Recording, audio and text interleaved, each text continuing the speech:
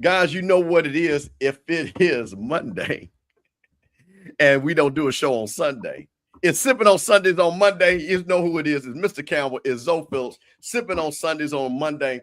Off Script Network, the Rocky Miller Channel, man. Bring you the best news and notes from HBCUs, sports, talking about what's going on. But, man, I'm going to tell you something. This is going to be a little bit different show today because there's a reason why we call on Sipping on Sundays. Because there are things, if it happens in the great state of Mississippi, sometimes we got to talk about it. Sometimes we got to explore it and things like that. But I'm going to start off with you, man. Listen, how was your 4th of July? Man, my 4th of July was copacetic, man. So trying to think. Oh man, I hung out with my baby girl and man, just did things with family, man, with my bride to be and my daughter, my family, man, and just kicked it. Yeah, that's good, man. Well, hey man, listen. I did so my 4th of July. So I go ride on the Beltline every Saturday. So that I'm jealous. Oh yeah, well I go right down on the Beltline. I go sightseeing. I bet you do. I go sightseeing. So it was 4th of July. So you know what I mean? So I went. I'm jealous. Rode my bike, did my 10 miles, stopped at my little spot, got a little spot. Shout out to Dynamo's Pizza and the Tap. So I go hang out there with my folks there, and then I take it on home. So I say, so I hadn't been out in a long time. And I'm like you said, me and you talk about I'm a big foodie and stuff like that. And then of course there's spots over in Atlanta. So I said, you know what? Got home, didn't have anything to do, had a fresh tank, full tank of gas, fresh haircut. I said, man, I'm gonna go to this rooftop called Moonlight because I heard it was like the best view of the city. Really? Where's it? So it would be okay. You know what Ponce City Market is? I know exactly what Ponce City on Ponce, right across the program. So the backside of Ponce City Market. Yes. Okay? Mm-hmm. If there's a street that goes right toward Ponce City Market, and you know where the Beltline is, right there too. Yeah. It's a like a office building, a hotel, and it's right there in this other hotel. So it's back 2 blocks over. So it's better than the roof. Man say East Side Beltline. There you go. So it's better than the rooftop on Ponce City Market. That's what they say. And I'm gonna tell you something.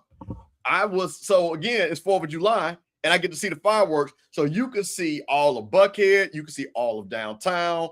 You can see South going towards the airport because the whole patio goes all the way around the club. Okay. So I got to tell you, so my spot, rooftop wise, and you probably been, ain't no big secret or nothing. I used to always love going to 6 feet under, but the other one on North Side. Yeah. I would go there on the rooftop because they got another 6 feet under on Memorial. They do, yep. Uh-huh. So I was going to go on North Side, do the rooftop there, man. It had amazing views, but I ain't know about Moonlight. I gotta go check that out next time I come. That's the spot in the city. There's 2 more that they open. I gotta look at the names. I keep the name, leave it in my phone. So I'm gonna go check those out next couple of weeks before we get going with the football and stuff like that. So yeah, man. So hung out, looking clean and stuff like that, man. But this is my thing, and I didn't. So I want to be very clear about me. I am a very progressive person, and I'm an ally to all. And I'm one of the people. You live your life, I mind my business. I don't care nothing about you. Mm-hmm. But so this was the funny thing, because this is Atlanta, Georgia. So I see it's a lot of people in there, but there's this one person, like extremely tall woman, right? Mm-hmm. What I see. So red, fluffy, feathery dress. I see the heels. And I'm saying something ain't right about this, because like this person is like Angel Reese tall. If it's one, bruh, that man turned around with that full beard, with that full beard. I said, well, you know what? I said, let me tell you this. At least he ain't tricking nobody. With a full beard? Full beard. Had a dress, heels, and a full beard. You know what? I'm not even mad at him, because at least he ain't tricking nobody. At least if you go home with him, you know what you're going home with. My boy had a full beard. Full beard. And was living his best life. Man, you can't even check Adam's apple in Atlanta no more. Bro, what I'm trying to tell you, you didn't have to check his, because he was already letting you know how he moved. My boy had a full beard. And I was like, man, that is crazy. Now, you know what? Okay. All right, I gotta get out. Hey, what's up, Mr. Play on set? But this is okay. I'm old. Okay, I need listen. Nah, bro, don't nobody get me. I've been in Atlanta long enough. Hey, you listen. Yeah. You can't. I'm ungettable when it comes to that.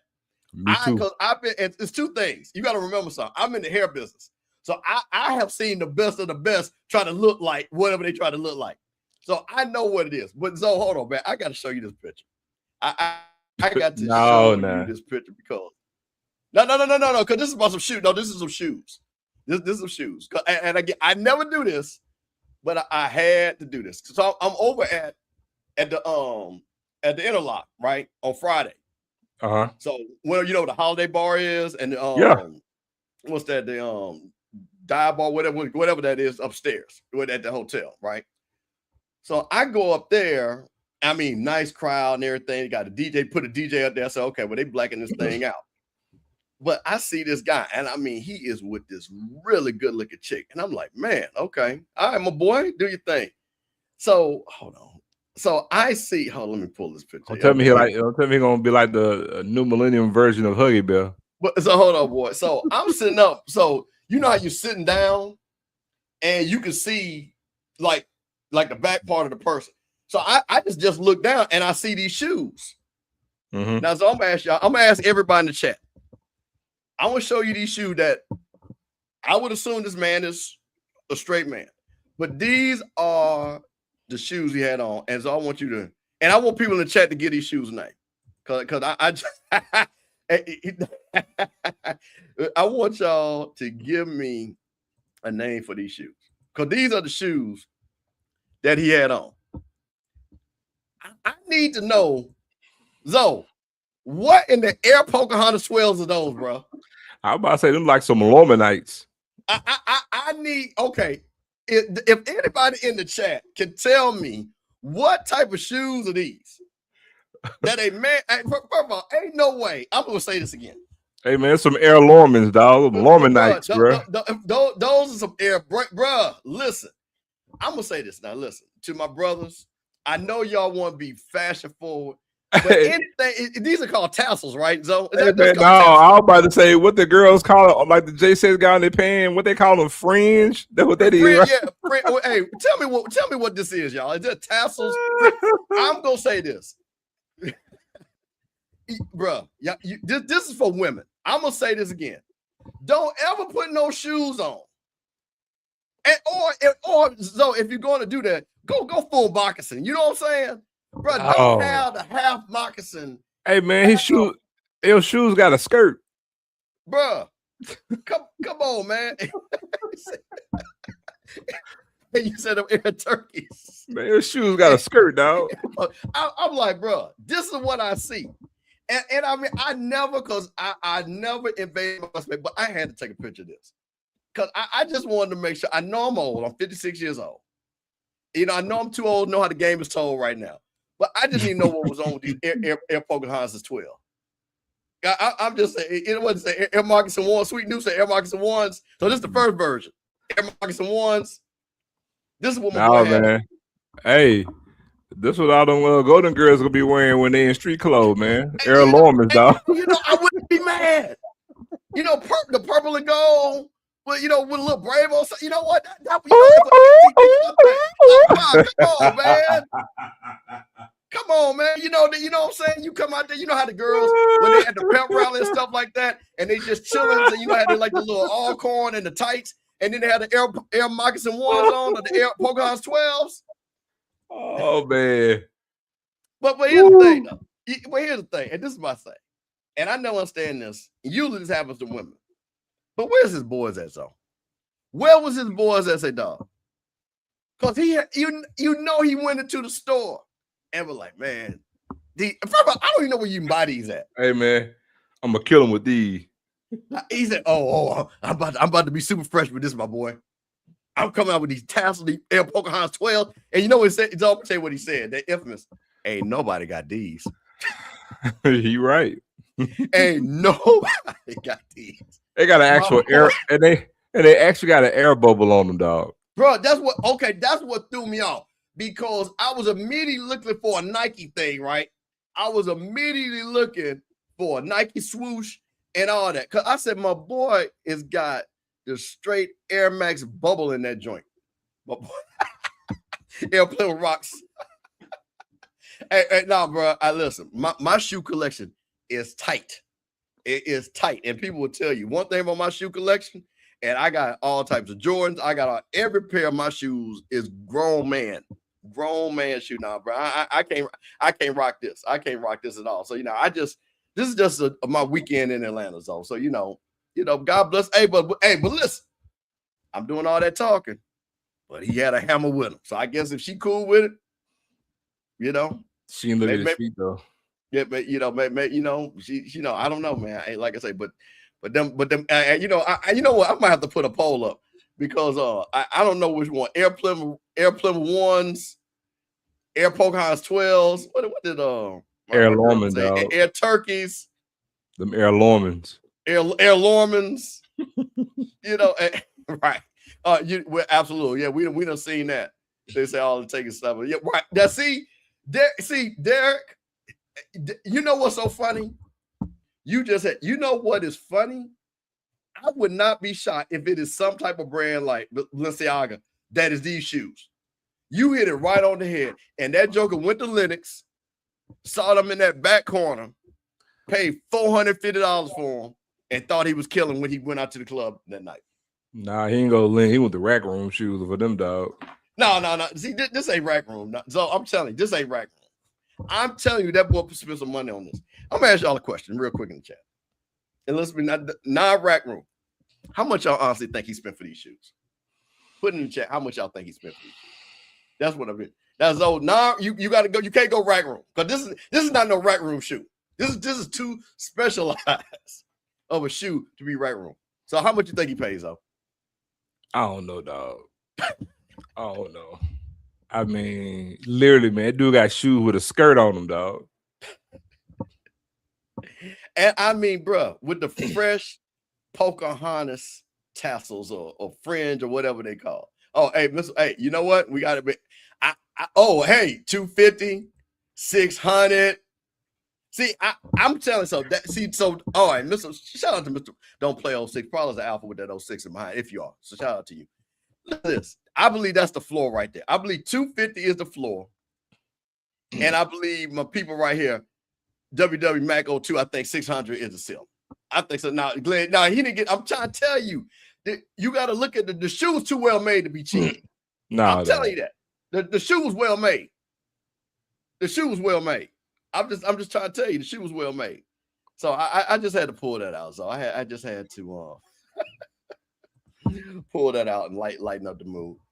Well, listen, man, we have a lot of things that we're going to talk about, but unfortunately, here on Sippin On Sundays, man, we don't just talk sports.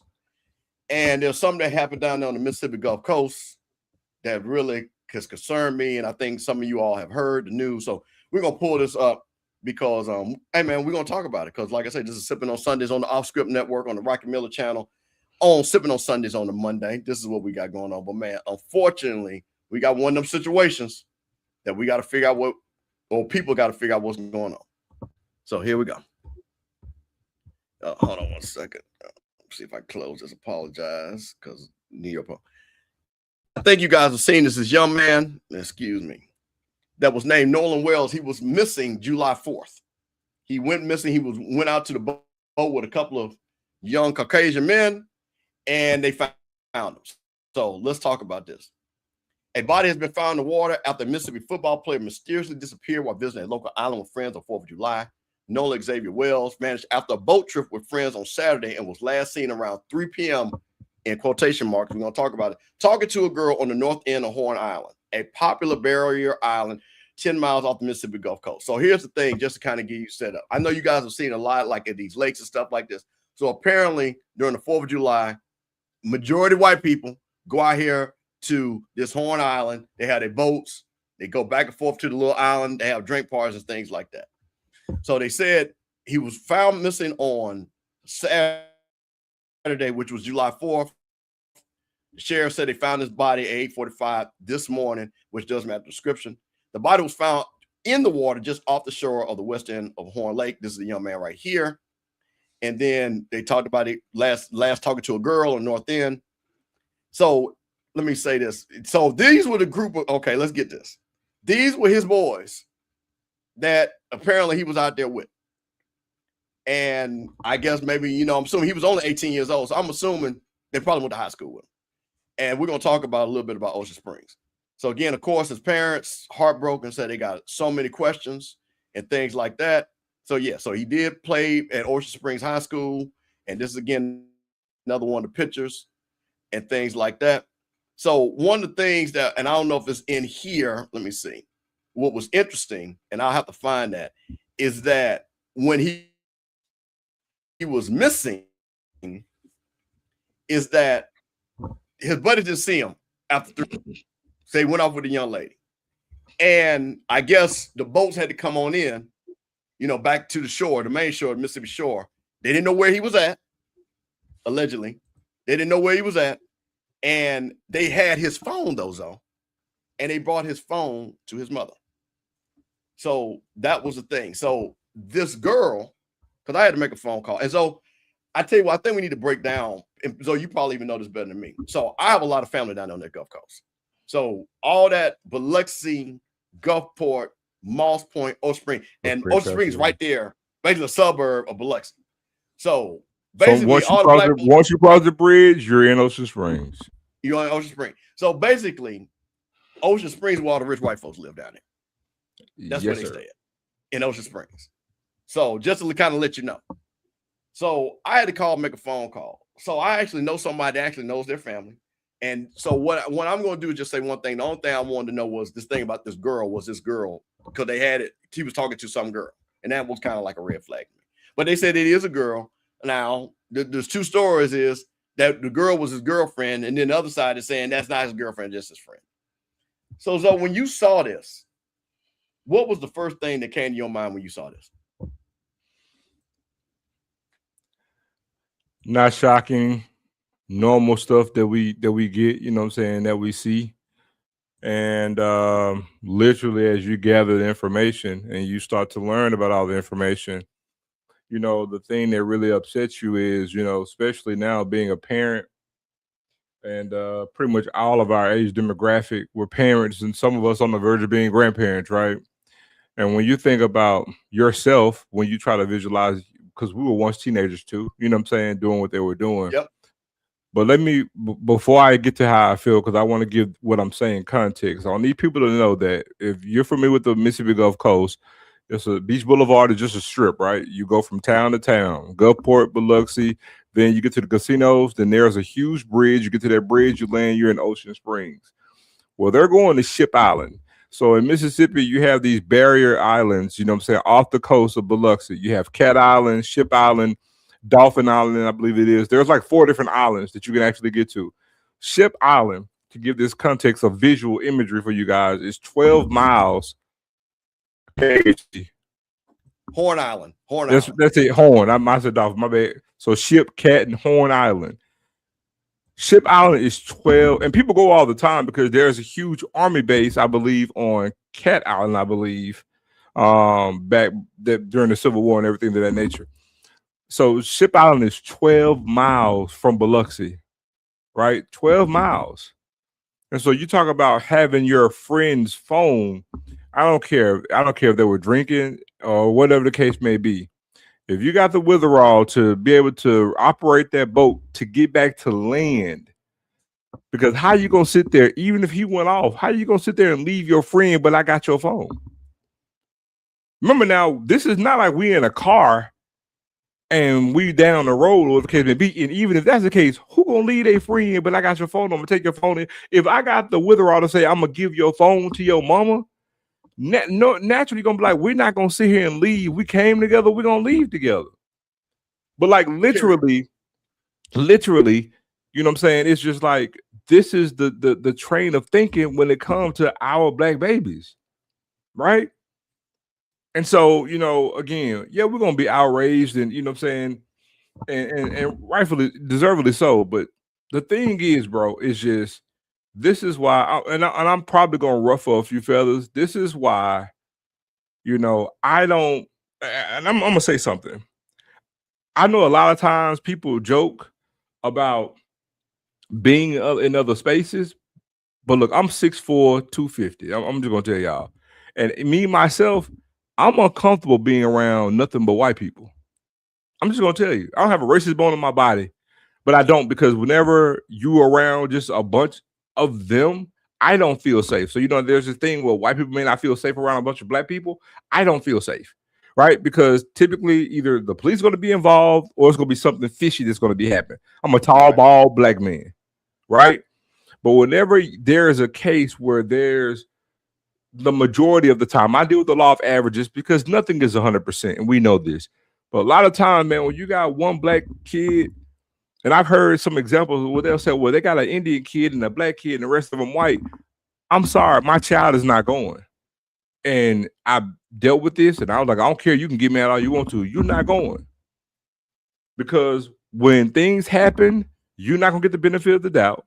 You know what I'm saying? When things happen, you'll get alienated, even if that Indian is there, because again, there's not a sentiment toward that Indian or Hispanic kid like it is to that black kid. And my thing is, let's just call it a spade and keep it real. And so I'm sorry, I don't, and I'm gonna do all the things that I can. And I'm sorry, like it's sad that it has to be this way, but I'm all about preserving what I have or any other kids that I see. That's why, like, for example, like I live in Madison County. Y'all can research that for what it is. Look, my kids go to Germantown. I'm not comfortable with it, right? I know I'm different. I went to an all-black school, and I believe in diversity. But there's something to it when I'm my other daughter, is in this very great choir, right? It's only 2 black students in this choir. And this choir is not the school choir. It's like a elite choir. Like they go travel the country and sing and do all this stuff. And I had to have this conversation, like, if there's a party or anything function and you get invited to, if the other black girl is not going, you ain't going. Come on. I've done this because I see it. I see better than I hear. Because guess what, man? When something happened, man, saying I'm sorry ain't gonna cut it. You get the authorities involved, man. They're not gonna do due diligence for us. And so to keep me from having to lose my freedom, I go the hard route. So I'm not trying to make it about me. I'm just giving some examples. You're giving honest, yeah. So my thing is, when it comes to this, man, my heart breaks for the parents because, bro, I can't imagine getting that phone call, bro. Think about it. It's just a regular day. You sit there and say, "Oh, hey, mom," or "Hey, dad, hey, pop, I'm rolling out with my partners." Now, granted, I'm not gonna do like their parents did in that scenario, but guess what though? He's 18. At some point in time, you gotta let the leash go. And he gonna make his own decisions. He felt comfortable enough, but then the problem that I have is, you see how innocent it was, how comfortable he felt. There was some trust there. These are my boys, but yet and still, you see now the same thing wasn't reciprocated to him, because even in, I'm gonna say not death, but even in any uncertainty in your location or anything, you see that wasn't reciprocated. There was no trust in the decision to I'm leaving, riding on a boat.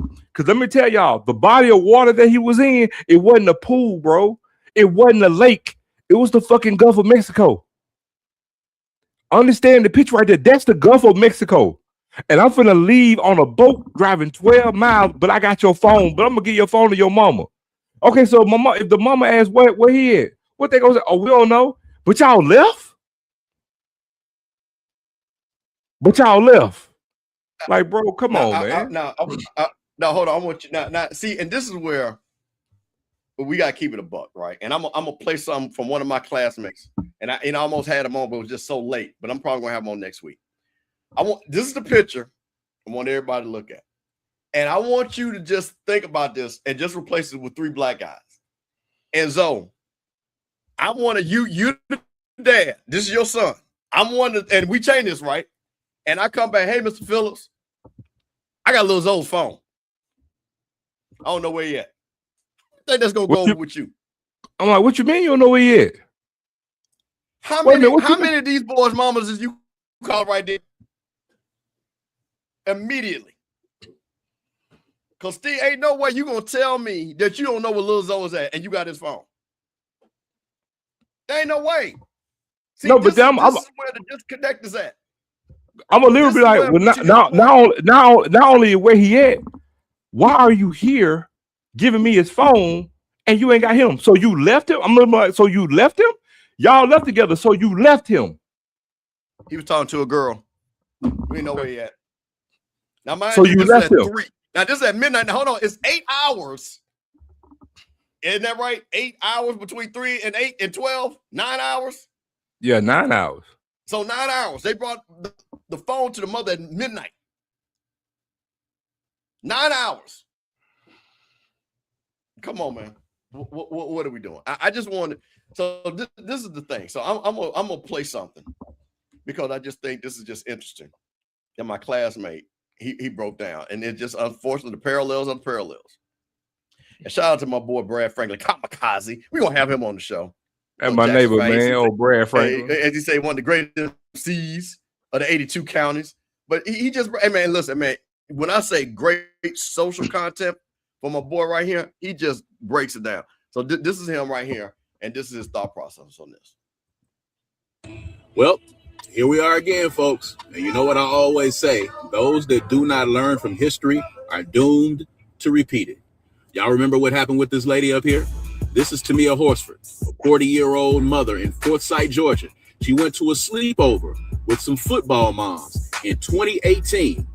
And the next day she was found dead, face down in the backyard of the very place where they were having the sleepover. And nobody know nothing about what happened. And to this day, there has not been justice in this case. And those who do not learn from history are doomed to repeat it.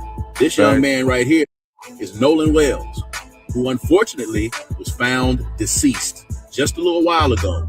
He went out to Horn Island in Ocean Springs, Mississippi with these guys right here for a July the 4th excursion, and he didn't make it home.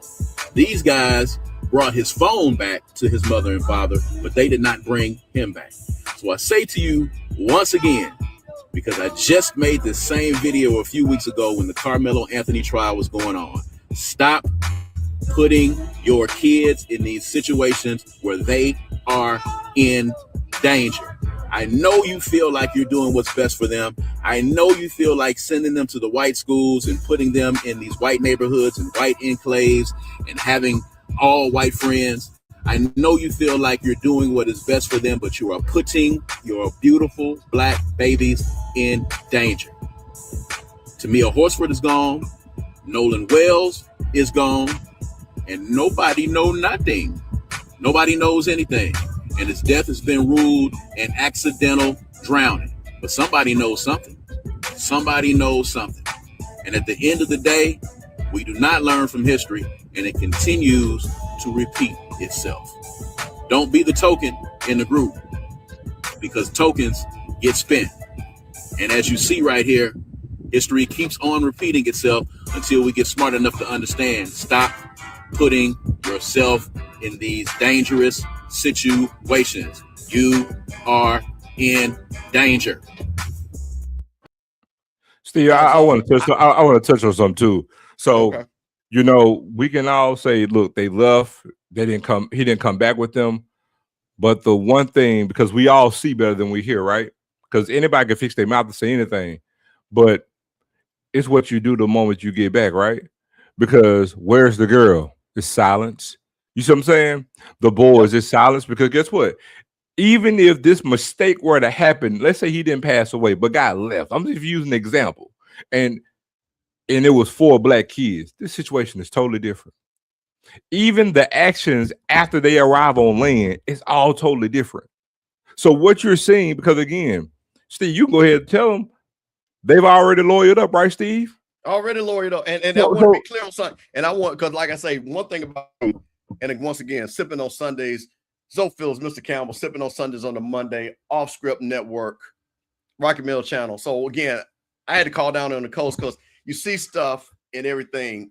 Again, I know somebody that actually knows the family. I wanted to make sure what I heard, because people were calling me, asking me. But the one thing, and this is a fact, one of the young men's mother is a judge down there. Is a judge. Is a judge. That ain't nothing to be denied. That ain't no fake. So I'm going to tell you this. And again, and what we have to speculate or whatever, but I'm going to tell you this, and let's be honest about this. You're not going to say he didn't call his mama. You're not going to say, hey, mama, he's missing. We don't know where he's at. And I'm trying to tell you, mama answered a whole different way. I answered that a whole different way. Now, I'm going to play something. So, will you finish with your point? Because I don't want to cut your point off. No, go ahead. So here's the thing. And again, I like to have differencing of opinions. So this is pretty interesting. Now, this guy, he went to FAMU. He is a very well-known lecturer, book writer. And he said something, but I think sometimes when you want to enter the conversation, and these are especially these highly smart, super intelligent people, this is what he posted on his social media. And I think he told Mr. Mark on this. And I'm going to post this. I'm going to tell you the brother's name in 1 second right here. So Ibrahim X, the brother, is a well-known writer that you probably have seen. He wrote a lot of books. God, when he went to FAMU. But this kind of threw me off right here. He said when something horrific happens to a black person, like they go missing, to be anti-black is to find a way to blame the black person. You shouldn't have went along with the white people. You shouldn't have went there along with men. You shouldn't be dressing that way. You should have run, or you shouldn't have run away. You should have left them. You are the problem. Black people are the problem. No, what you're saying is the problem. Stop policing the behavior of black people when something horrific happens. Now, he has this on the side. So this is what he says. Nolan Xavier Wells, 18-year-old college student, is missing after a trip with his white friends in Horn Island, Mississippi. Wells' white friends came back. He did not. I see too many people, particularly black people, already criticizing Nolan for going to this island as the only black person with his white friends, implying, if not saying, he should have known better, implying, if not saying, whatever happened to him is partially, if not totally, his fault, which is exactly the outcome of internalized racist ideas. Anything that happens to us is our fault, not the person who did this to us, not the racial structure that regularly allows it. So when I read that, I said, okay, let me step back and understand. But see, this is what I think when you are too smart and you try to be too analytical. Because see, I'm a black man. I have parents. I have children. I have grandparents. Mm-hmm. I live in Jackson, Mississippi. And there were things my mother taught me and my grandparents taught me not to blame me, but to protect me. Yep. I went to St. Joe, the only at that time really true integrated school in the city of Jackson. Truly like close. Because you know how it was. And I'm going to tell you this. You had all them white folks that went to St. Richard's. Rich white folks, though. I went to school with them for 4 years. Had one of my partners actually went to elementary all the way through. And they had what they call latchkey parties. Yep. They had them latchkey, get everybody, and I mean, drink out a good old time. They come back, y'all should have came.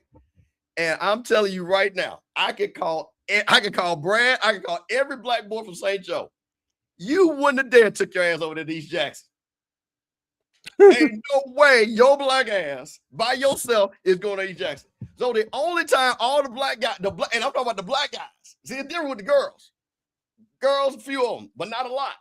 But the black guys, the only time we went over there, and this is so funny, it was a graduation party when we all said we are all going, and the graduation, so you know that nice neighborhood right there on Old Canton, and I don't know what's that other street, that Raymond Road, is that not Raymond? That other street right before you go to the reservoir, you make a left, you go to the reservoir. Nice, super nice neighborhood. And we're standing out there, and this is to prove that point. So we're standing out there. Now, on the right side of Old Canton is Jackson, Hinds County. The left side is Madison. So we're on the Hinds County side. So yeah. JPD pulls up. But back then, that's when they don't let the white police work out there. No black police. Mm-hmm. So white police roll up on us. Lights booming. Y'all need to come here. We heard that somebody was breaking in the car. Now, mind you, it's all our cars. And we like, oh shit, we shouldn't have brought our black ass out here. And shout out to Debbie Pollock's mother, who came out there. And they were getting ready to put the cuffs on us. And Debbie Pollock's mama said, what are you doing? Well, we got a report that people breaking their car. I need to see why they're out here. She said, let me tell y'all something. That white lady said, those are my sons. And God damn it, if you want me to call such and such, I'll call him on that phone right now. This is before cell phone. She said, if I go back in here, you won't have this job by the time I come back out. Boys, y'all go back in there. I was like, okay, Miss Paula, do your thing. But that just right there, all the stuff my parents had told us. So if it had been one of us, we'd have been hemmed up. Now, the good thing about it, we knew stay eyes on that Hines County side, and we would have been all right. We would have been all right. Well, Steve, you know what? Funny you say that, because even like I'm younger than you. I graduated high school in '96, but even prior to that, whenever we would make a move out in the reservoir. Obviously, it's a little bit different now, but at that time, whenever we moved to the reservoir, you wouldn't ride out there by yourself. No, you would always ride 3 and 4 cars deep. Always when you went to the reservoir. You go to Reservoir Point. I know you remember Reservoir Point. Yes, you go out there, man, you ride 5, 6 cars deep. Don't play that game. So my thing is, he's missing the mark of his argument or his discussion that he thinks that black people are blamed. What we're doing as parents, these are the things we teach our children to protect our children. So when we see this, we're not shocked, but it's that thing that we always do as parents to say, make sure you know where you're going. Make sure where your different spaces at. Who are you going with? So that's the thing. Yeah, now said he, I'm sorry.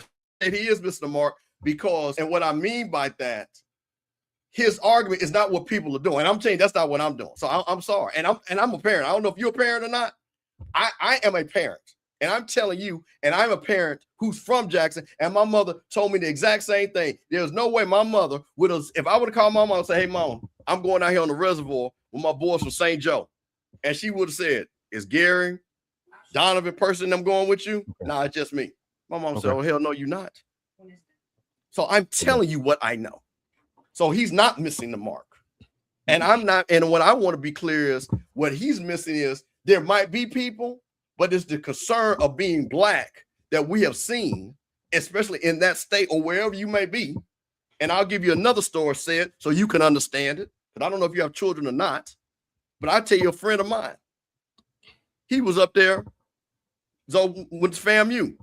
White girl went to Florida State. They would work at the same place up there in Norfolk, Virginia. And he said, the white girl said, hey, Oscar, I tell you what, when you going back to Tallahassee, we can trail each other. He said, oh, okay, I'm going back Friday. So he goes and tells his daddy, and he said, hey, Dad, I'm going to follow Amy back to Tallahassee. He said, well, who is Amy? She went to FAMU now. She go to Florida State. He said, what color is she? He said, she's white. You know, his dad said, oh, hell no, you're not. Oh, hell no, you're not. So this, and why did his dad, and we laughed about it. Now, any other people would be like, man, you're being paranoid. Because you know what I know? And what his daddy knew? If Oscar was following that girl, you know how you follow people? Guess what the police would have been saying? I've been driving behind you for the last 5 miles. You've been telling that car. Are you stalking her? Are you doing something? That's what people would say. So I want to be clear on where we're going with that. And I wanted to give, hold on, so I'm gonna lose one thing. But I did want to give the other side of the argument because I think there is legitimacy of where we should not slut shame, because he put all that in the slut shaming, gay shaming, this shaming, all that shaming. So, you know, it's that those are things, but I'm sorry. Yeah, where's that? Where's Said? It's up Said Walker. He's up in here. Post my news comments. I don't see. Okay, I'll find it. But no, shout out to Said Walker, man. Shout out to him, my guy. But I wanted to put this point of it is because I would agree if I did not get that same speech from my mother, my grandmother, my grandfather, the same speech I gave to my daughters, the same thing. All of us and everybody in Jackson got that speech. Be careful where you go. Who are you going to be with? So go ahead, Zo. No, I was going to say too. Also, you know, Steve, we're both from Mississippi, right? You're still in Atlanta. I relocated back from Atlanta back to Mississippi. But, you know, the one thing we have to be cognizant of is though all the South pretty much are the same, there are still distinct nuances from state to state. Like, for example, in Texas, you'll see a lot of interracial dating. A lot of it. Right. You won't see you barely see any of it in Mississippi. Is it happening? Yeah, but it's extremely rare. extremely rare, especially when it's black and white. But there are nuances now because, like I said, I'm in Madison County. When you go to Madison Central, when you go to Germantown, these kids, they're doing more things. It's still in a way kind of I'm gonna be real. It's like they're mixed, but in a way, it's still in some cases segregated.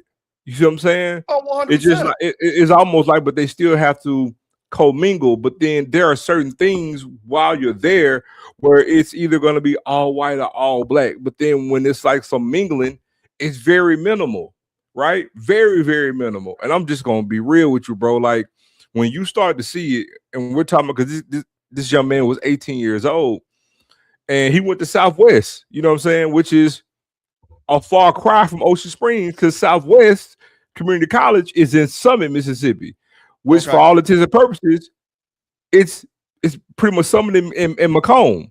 Yeah. And anything in Macomb, it's black. You see what I'm saying? But Ocean Springs, and again, that's where he's from. So again, yeah, he grew up around this, but now again, there's a naivete, being naive. And a lot of times it's the parents want to, you know what I'm saying? Hey, we're trying to do our thing. Hey, your friends are your friends. We're not trying to police that, but I'm sorry. And me saying this to the guy who made that post to this point, I'm not saying that it's the parents' fault or it's the young man's fault because his post still kind of make it kind of hits the mark in a sense, right? My thing is there's legit. That's why there is legitimacy. Yeah. I'll pull it back up. There is legitimacy in his discussion point. Yes, that's why I had enough respect to pull up. I understood where he's coming from. But Rocky, I'm not. Hold on. I'm not tiptoeing anything. Yeah. I'm specifically saying no. It's not the parents' fault. But I'm just saying, because they were easily trying to commingle to where I'm not necessarily going to go down that road because I'm trying to do all things to be preventative. I'm a defensive driver by nature. I'm always on defense. So I live and I move that way because, again, I am a protector of any and everything in my home. And just like my dad did with me, man, even when I was with my friends, man, my dad wouldn't even go to sleep or do anything until I got home. Because he'd always say, when you leave and you in them car, man, you with them, I'm worried about you. Until you get home, I know you safe. Well, hell, if I'm like that with my boys, what you think I'm going to be like with people of another hue? Well, and I know historically things like this are going to happen. Because I'm going to try to prevent all this. This is, okay. So this, you know what? I got time today. The level of foolishness in this comment, bro, let me tell you something. You live in Chicago. I know a bunch of people in Chicago. Don't even play that game with me. Don't even try it. Because I got partners of mine that own business on that north side, and they had to get their ass up out of there. Don't even play me. And I'll put somebody on the phone that had a bunch of businesses, multi-million-dollar business. Man, listen, the city of Chicago, the quote, and Martin Luther King said, was the racist city that he had ever been in. So please don't let's not play this play. So this is not no South mentality. Because I know people in Chicago that have this mission. I'm saying I'm originally from DC. And my daddy told me that. Like I said, my boy's from Virginia. So this is not a South mentality. And like I said, I don't know if you have children or not. So maybe this is because you don't have you have children and you tell your children, hey, going over there with the white people, you're good. That's your business, said. But I don't think you have any children. And if you do, then I'm going to give you some advice. It's because I got grown kids. Now, I know you're a couple of years younger than me, but I'm still older than you, and I've been around the world, and I've been to Chicago a lot. Don't play that game with me, man. I'm gonna just say this. You can. At this point, it's semantics. If you want to grasp the straws, you can. I'm not moving in fear. I'm moving, playing defense, moving and trying to protect what's mine, because I'm going to do all things necessary. And again, I'm open when it comes to not having the issue letting the reins go, but I'm going to protect anything and everything in my home to the best of my ability, but also instruct them, because the thing is teaching them and guiding them in that way. Now, again, if you grew up in Texas and you grew up around it, cool, so be it. But again, those are small nuances from state to state, because I can assure you, when it comes to lynching or deaths by young black babies, you know what I'm saying, two white people, I guarantee you Texas is almost quadrupling the population in Mississippi.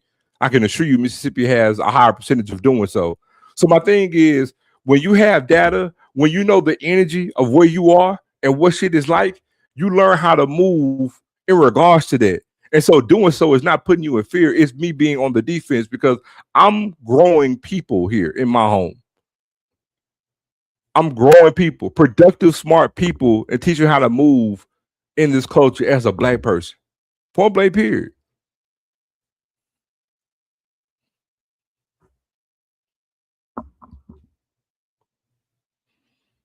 You're on mute, Steve.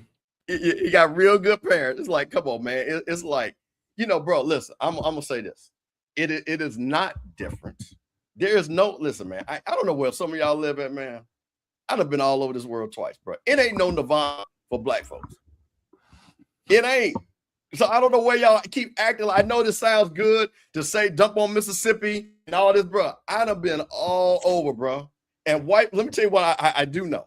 No matter the dialect, no matter the zip code, white folks gonna be white. If you don't believe Donald Trump from New York, don't let me get started out there, man. Come on, like I say. Hey Steve, watch so this. What's you this, say Steve? you're from Jersey? Well, what's different? So you're telling me in Jersey, a place that your boy Cory Booker, they had when he was the mayor, and they had that, what do they call that? When they have to have the police under God, it'll come to me in a second. When he was the mayor, because they were arresting more black people than white people and trumped up charges. Come on, man.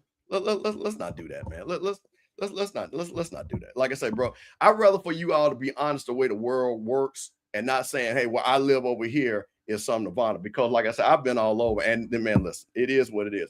But let me get to this point and we're gonna move on and everything. And shout out to everybody. Yeah, thank you. Consent, there you go. Was under consent decree. See, that's why I like. We got some very smart people, the HBCU alums, or probably went to college. Thank you, Joseph. Consent decree. The city was under consent decree. That's in Jersey. Come on, man. Let's not even do that. Let's not even do that. So my point of it is, and I will say this. Now, you can take this however you want. If you have children, if you know.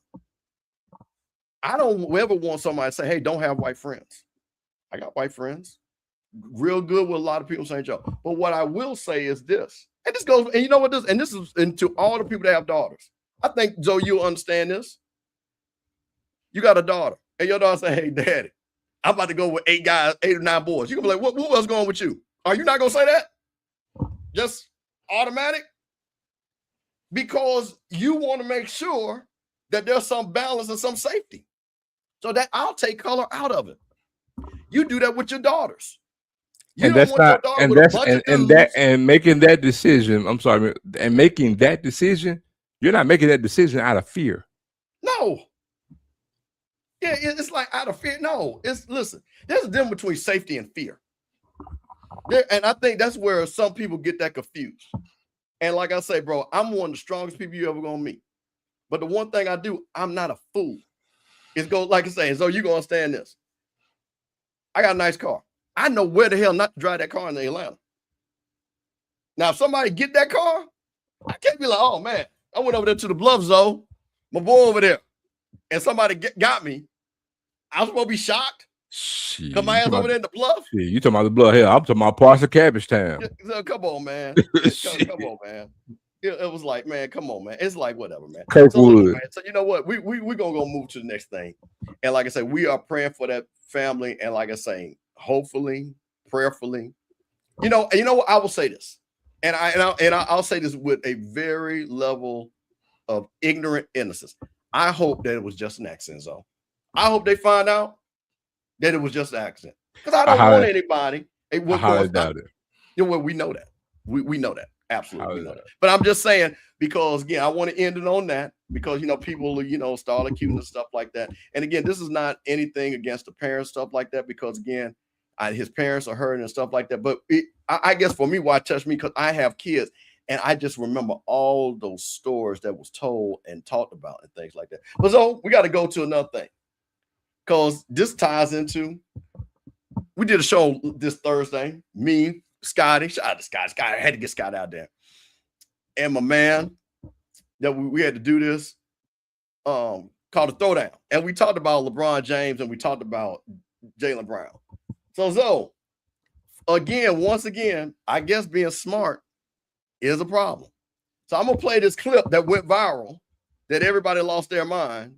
And Herb, talking about Herb Stewart, HBCU Hoops Weekly. But I got another video I'm gonna play right behind it because it just proves the point of what happened. So this is Colin Cowherd. He has sources of why the Celtics moved on for Jaylen Brown. Let me show you what Colin said right here. So Brad Stevens is getting crushed. The GM. They obviously wanted Jaylen Brown out of the building. Jaylen Brown, I had 2 NBA sources tonight, 2 people in the league, one an executive, one a scout, say that Jaylen Brown it's a disease. He suddenly thinks he's the smartest guy in every room he's in. I've worked with people in the media. It's really, you get into a really bad space. You make a lot of money. Suddenly you're absolutely sure. You don't want to listen to your bosses. You don't want to listen to consultants. You don't want to listen to teammates.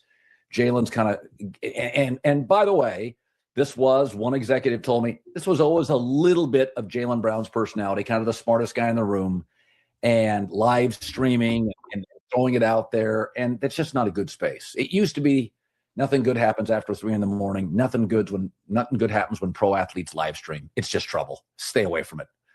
You need PR people. Even what I do, when you're emotional, when you're in a terrible mood, don't go to live streaming. Brad Stevens is getting. So here. Wait. Hold on. I want to play one other thing, just to tie in, and I'm gonna let you rock. But when I heard that, I saw a clip, and this kind of made me think about this right here. Let me pull this clip up. Hold on 1 second.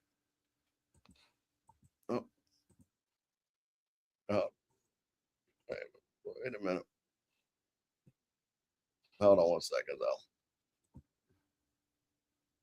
Pull this up because this just ties in how far we've been fighting this fight. Okay, here we go. And this is my guy, Big John Thompson, talking about the intelligence of a black athlete.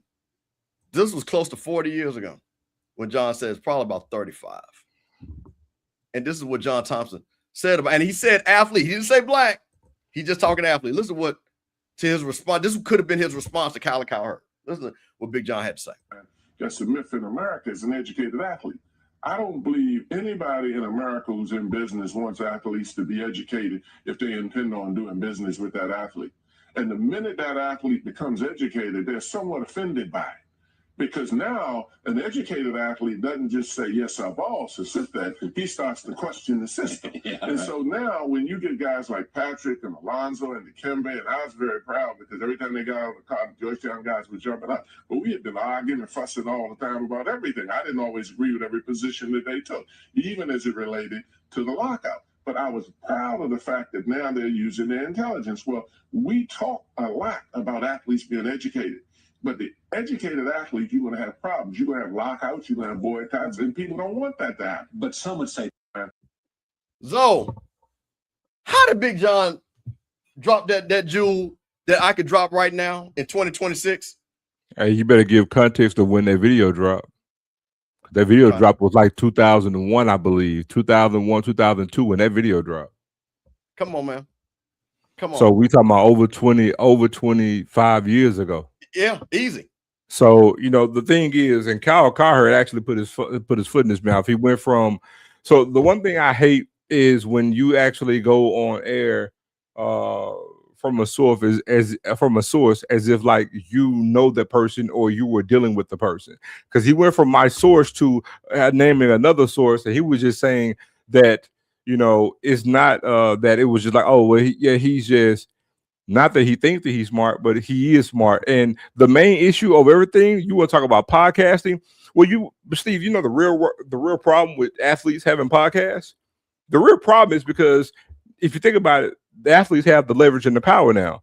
See, now, if Colin Cowherd comes out with that video, now I have a podcast, I can address that. You see what I'm saying? Also, I don't really have to address the media. So anything that's a narrative that's negative about me, I can come out now and I can address that. That's what they don't like. Also, it's eliminating them. So think about it. Used to have what's my guy who used to be crazy? The dude Antonio that punched the one that Jim remember Jim Everett, he had punched him. Yeah, Jim Rome. Jim Rome. Yeah. So people like Rome, see, they're done. Because now after a game, you know how, like, man, no, I may not talk to the media right then and after the game, but I can come on the next day, you know, clear my head, and I can, whatever is said about me, I can dispel it. So the problem is you got an intelligent black man, because I would employ everybody. Go watch Jaylen Brown. Watch the video of how he addressed the idea of being traded. It was actually refreshing. Yeah. And I'm going to say this. I employ all of you to go watch him. It's actually really good. It's really good.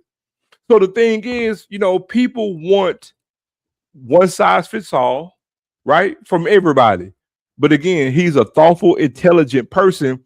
All of this comes out and comes across the screen, right? And he's very, very clear, concise with his thoughts and his feelings, right? When he's talking about his career. And I loved it. So again, the thing is, you got these players taking control of their career and their image and how they're presented to the media. And that's a problem for other media heads. Because I can assure you, Colin Cowherd wouldn't say that in front. Man, oh boy, Jaylen Brown could come on Colin Cowherd's show. He gonna have a whole total different energy. Point blank, period. And see, but I'm gonna tell you something. You don't see many black journalists talking and moving the way Colin Cowherd does. Point blank, period. You know, well, I heard this and I heard this, you know what I'm saying? Or whatever the case may be. He hadn't had a conversation with him. Point blank, period. And also, man, finals MVP, making all the money that he's making, doing what he's doing. Yeah, he was traded, but it's like, oh yeah, he was traded because he's the smartest person in the room, or he thinks that he's the smartest person in the room. Come on, man. You know, when I heard that, and I'm like, you know, and what's funny, what I like about how the man maneuvers, because one thing I will say about Colin Cowherd, he didn't make that up. Somebody called him and told him that, and they said, "We want you to say this." And he said, "Oh, absolutely, I'll say it, and I'll sell it." So he goes on there, he says that smartest person in the room, and you know, kind of like that. Now, mind you, what's interesting, I think Jaylen Brown's he played for Celtics for 9 years. You never heard anybody say this. Never heard any of his teammates talk about it. Won a championship with him. Never talked about his practice or any of this. But now all of a sudden it's a problem. But I'm gonna tell y'all a secret, man. And we talked about this on the Throwdown on Thursday. I'm not stupid. Here's the deal. Boston Celtics got sold to a private equity firm, and they're about money. And Jason Tatum's gonna see this, but start with Jaylen Brown. That apron, that second apron, is a mother, and it reissues hard dollars back out. And if they sign Jaylen Brown to that 2-year, $142 million, that pushes them so far with that second apron, they might have to spend between $150 to $250 million in allocation. But also, this other thing too, Steve, to that point, why is it that whenever you are letting somebody go or getting rid of a player, trading a player, they're leaving your team, you want to try to tarnish their image? You want to try to tarnish the legacy? That's the whole thing. Why do you want to tarnish? And that's my thing. That you hit it right on the head. Because you know what's going to happen, Zone? And I'll let you get on this. I'm going to tell you a secret. Well, it's two things. Jason Tatum is going to catch hell. Because first of all, Boston Celtics won 56 games last year. Guess what? He better win 57. That's first off. Second of all, guess what happens in 2 years for him? He comes up for his supermax. You know his supermax is north of $100 million per year. Mm-hmm. So guess what? Guess what the Celtics are going to do? Well, you know, Jason's been hurt. We haven't got back to the championship finals. And I think we might need to go in a new direction. Now, watch how they slam him. Watch how they slam him. And I think, shout out to who was that? CBS said that. Yeah, he finally stated about the money. You can't have two. Exactly. So let's just say that. But don't come up here and shoot Colin Cowherd that bullshit to try to destroy this young man. And then you do the most racist, stereotypical thing. You can't talk about he's doing anything else. He's too smart. and we know what that is. Uppity Negro. Yep. Uppity Negro. So this is how y'all roll this. So, man, I just think that if you make a trade, go ahead. But here's the thing I want to speak to. See, I want to speak to the character and the man that Jaylen Brown is. I mean, look, graduated from Cal Berkeley. I forgot what his major was, but man, you should see what this guy does in the offseason. Everything he does speaks to his intelligence. He is really, really big on academia, even in his spare time. So, 100%. So my thing is him being intelligent is not us just saying it because he had a great GPA at a great school. Like, he lives it. It's who he is day in and day out. And so to sit there and say, he's the smartest guy in the room. I mean, in most instances, shit, he is the smartest guy in the damn room. Seriously. Yeah. And like we want to use that against him just because we're shipping him off. And mind you, this is the best season that he's had in his career was this past season. The best season in his career. And he actually spoke to that. Right? 56 games won. And here's the funny thing. Shout out to Hutch. Hey, man, Hutch always shows up. And Hutch, I respect this. And he says most of the league doesn't think JB is worth. But here's the problem with that. What you think is worth. You know why he got the Supermax? Because the league's rules said he could get it. Because you know why? He made all NBA team after Finals all NBA MVP team. too. And Finals MVP. So when you do that, so you can say what I'm not worth, the rules say I am. So I find it funny when people say he's not worth that, because the only way you get the $300 million like him and Jason Tatum got is because they were all NBA players. But but here's the thing. Actually, whoever says that he's not worth it, they're wrong. Not just off the fact that he was all NBA and he was the Finals MVP. All his stats from the past 4 years prove it. Well, only reason why I say that, because that can't be argued about his worth, because the rules say he's worth that. For sure. But my point is the rules show it, but his play has showed it. Again, Jason Tatum was not the Finals MVP. Jaylen Brown was. Yes. Jason Tatum he actually proved his value more this year with Jason Tatum out on injury, leading him to 56 wins. And last time I checked, Jaylen Brown's a two-way player. Jason Tatum ain't. Jaylen Brown's the best two-way player in the league.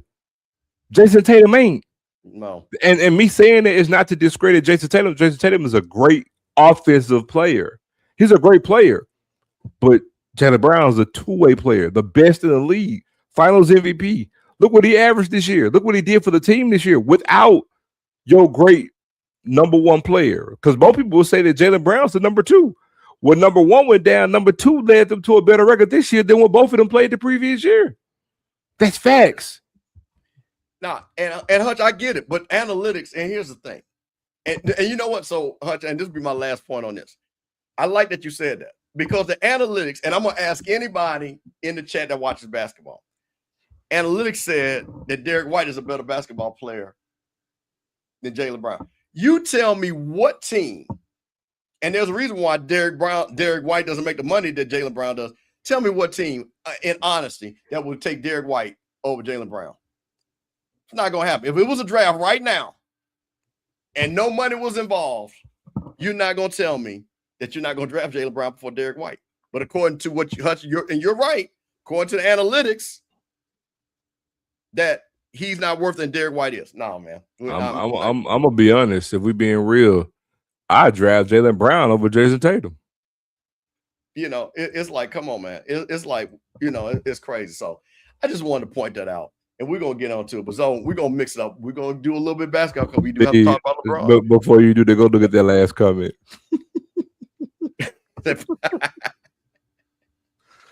Oh, man. So, so here's the thing. So, boy, your folks, they got a little bit upset because there was an article that came out. And the people them did about 50 different shows. I think they got a show on right now, PV versus everybody. I think they run there talking. I think that's why Sid had to run off probably over there, which is no problem. But Zoe, the toughest and easy HBCU schedules for 2026 came out, put together by your Jack State alum Kendrick Marshall. And boy, folks was upset about this, Zoe. So I guess Kendrick, which again, this is all simple math. So it's not his opinion. He did the math and looked at strength of schedule. Number 1 strength of schedule was Southern.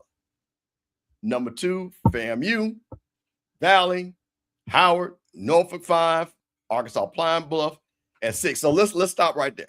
So 6 teams are playing, based on their schedule, are playing over 500 schedule. So basically they're playing teams either that are 500 or have a winning schedule.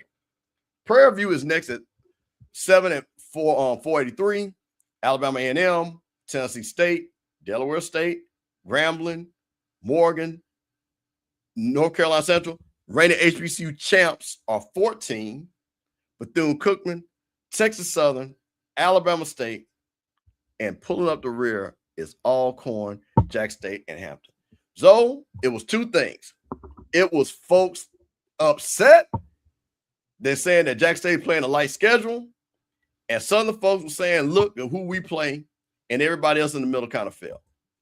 Now, Zoe, this is not you talking about a particular school schedule. But what do you think about when you see an article like this and what this does? I have to give a disclaimer. I'm prohibited from talking about Jackson State's schedule. Right. Now, I don't want you to know. I'm just talking about the overall, not their schedule, but overall when you see this. Is there any validity? Does this even matter? That's what my question is. Does strength of schedule matter?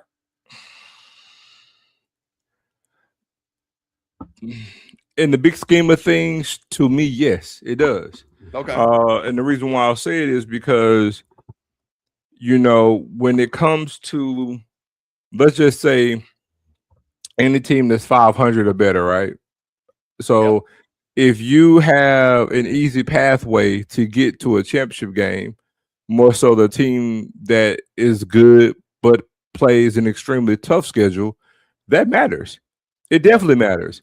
So, for example, if you're in the West, right? Because I can use PV last year. PV had a cupcake schedule, and I said it before the season started, and they, thought I was hate then. And PV schedule was a cupcake schedule, but also me saying that is not to turn right around and say that Jackson State had an extremely tough schedule. But PV had an easier schedule than what Jackson State did last season. Uh-huh. And so when you don't face, when you don't have to face, for example, you play every team in the West who pretty much was bad.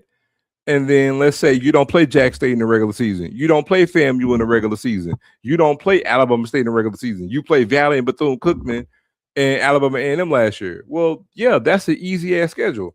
I know some people say, well, we all play each other. Yeah, but everybody, we do, but we don't, because everybody don't play everybody. I mean, it's a 12-team conference, so everybody's not playing everybody. And some teams are being missed, because think about it.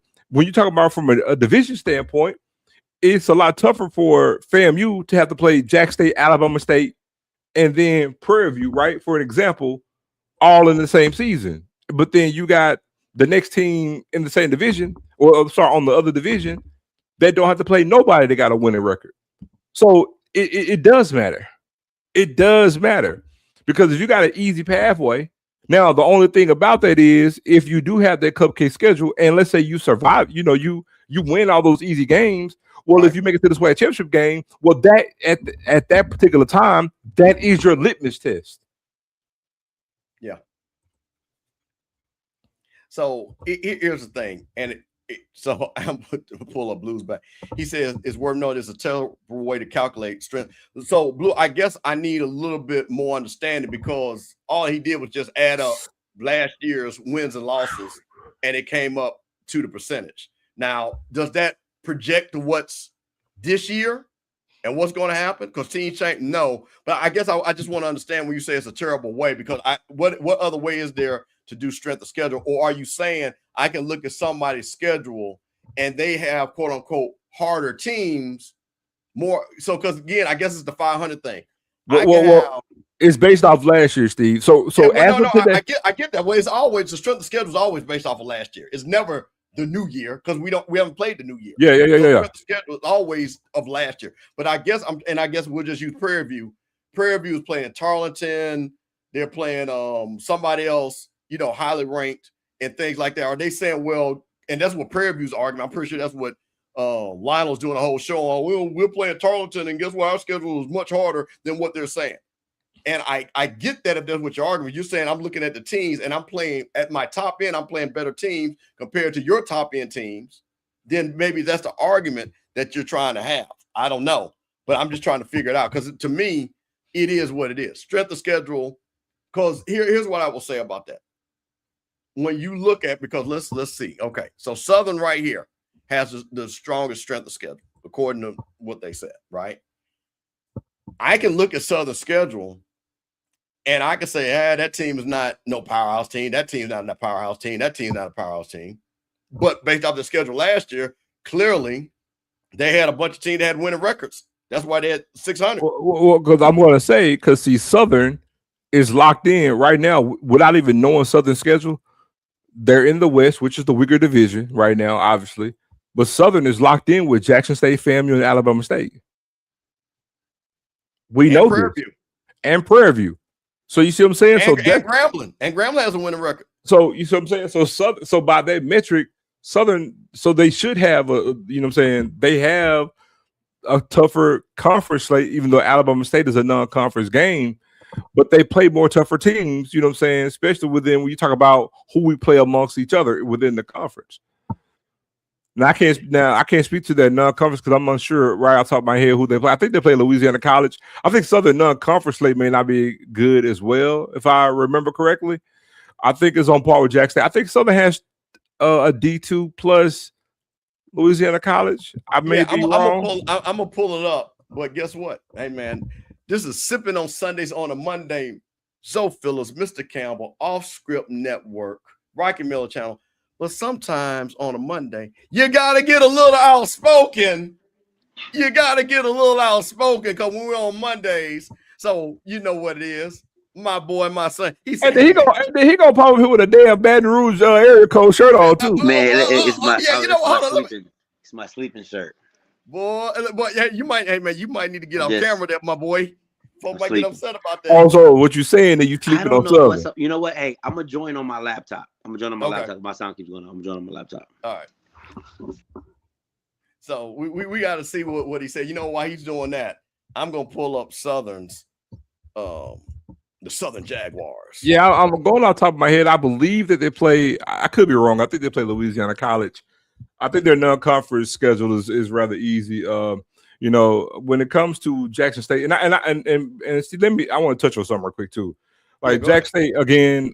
Look. I'm not gonna try to defend it. I've been told what I've been told. I get it, but then I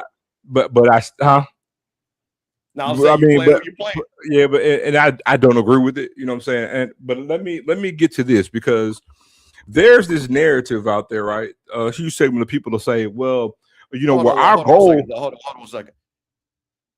Okay, I just want to make sure. Maybe that's he said. Okay, all right, go ahead. And so there, I've heard this thing about, strength of schedule doesn't matter. I mean, because hey, our goal is to win the SWAC and go to the Celebration Bowl. So we don't care about rankings and a strength of schedule. And I'm like, that is the biggest crock of bullshit that anybody could say. You always in any sport or any endeavor, remember these are college kids. It's a sport. In all things, you want to test your mettle. You want to be the best version of yourself. And so, no, nobody's saying. It's like they say, it's almost like if you're not doing one thing, then you need to be doing the complete opposite. So just because we say we want a competitive schedule, it's not saying that we want to go out here and grab the toughest schedule that we could think of. Nobody is saying that Jack State needs to go out here and play Ohio State, Troy, and Louisiana Tech, and for all your non-conference games. Nobody is saying that. But don't tell me that Jack State this year in particular could have scheduled. There's having your SWAC schedule, and then you playing a Tennessee State, South Carolina State, and then you could play a Sun Belt school. That's a good formidable schedule, bro. Right. And there's nothing wrong with testing yourself. Also, when it comes to players, man, if you want to sit here, because I'm telling you, you're gonna lose out on certain players because, you don't play nobody.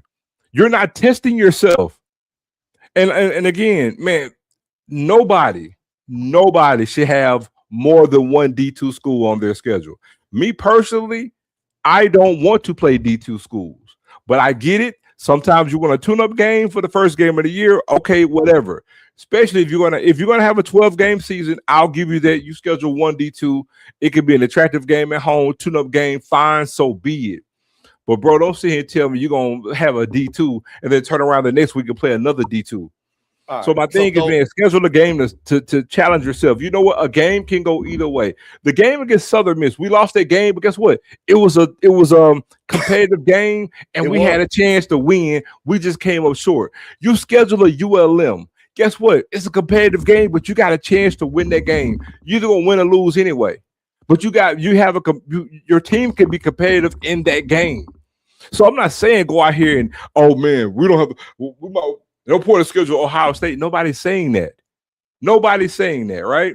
Yeah. So my thing is, and then when we talk about money and we talk about, how much you can get for a game, well, my thing is too, when you have an attractive game at home, schedule an attractive game that entices your fans. And I want to make this clear. People say things like, those things don't matter. Let me tell you how you're lying. Because when the schedule come out, you get turned on at the fact of, we play Southern at home this year. If they good, guess what? I'm going to that game. Is that not the same damn thing, Steve? Guess what? We play FAMU on such and such day. Man, fam, you good. We going to that game. Yes, you got diehards that gonna go to every game, but the novice fan or the sidewalk fan, let your team be winning.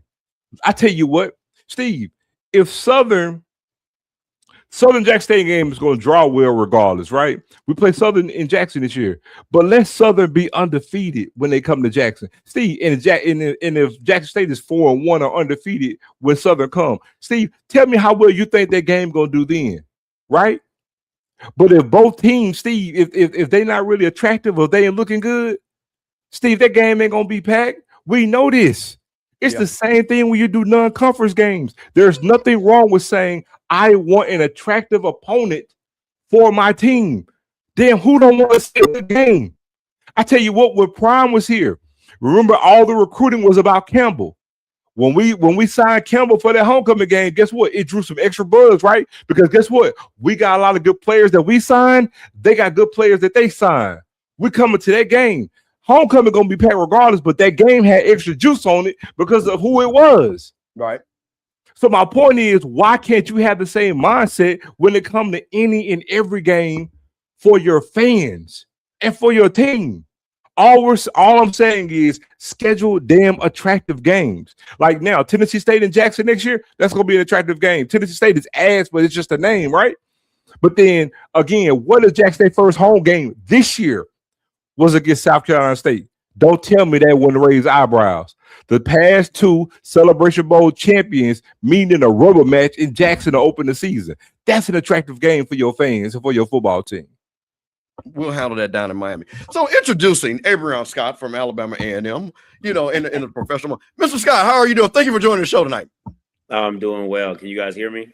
Yeah, sir. He's sleeping on Southern.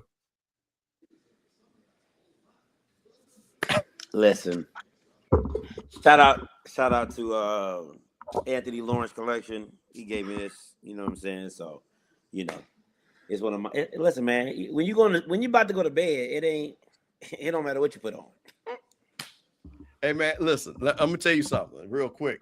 See, when you get that degree from Alabama A&M, when I'm gonna be right there when you get it, you ain't gonna be saying it after that. You ain't gonna be wearing no Southern stuff, my boy. I'm just trying to tell you. That when you start them classes and get that degree, you ain't gonna have none of that Southern stuff. Well, you gonna be rocking that maroon and white, boy. Listen, I want to go back to a question that you posed, Mr. Campbell, and kind of talked about. What is its importance? And I think the importance of having a strong schedule is simply because you want the reputation of your conference to come up. Like it's all about the reputation of the conference. Like the way that people fear the Big Sky and all those guys out there is the same way that they should fear coming down and playing a SWAC school. That's what it should feel like. Because again, you probably have one of the toughest environments to come and play in, right? So it's like on top of that, and we beat you, and we'll put belt to ass if we need to. That's where you want to be at in this day and age in college athletics to dominate your competition. Listen, okay, you get a Power 5 or a G5 slipping, that's cool. But can you beat your counterparts? Can you compete with your counterparts? And again, Miss Campbell, you always said, listen, North Dakota State and all them big boys up there, that's a different world, right? We understand that. They state schools and all that type of stuff.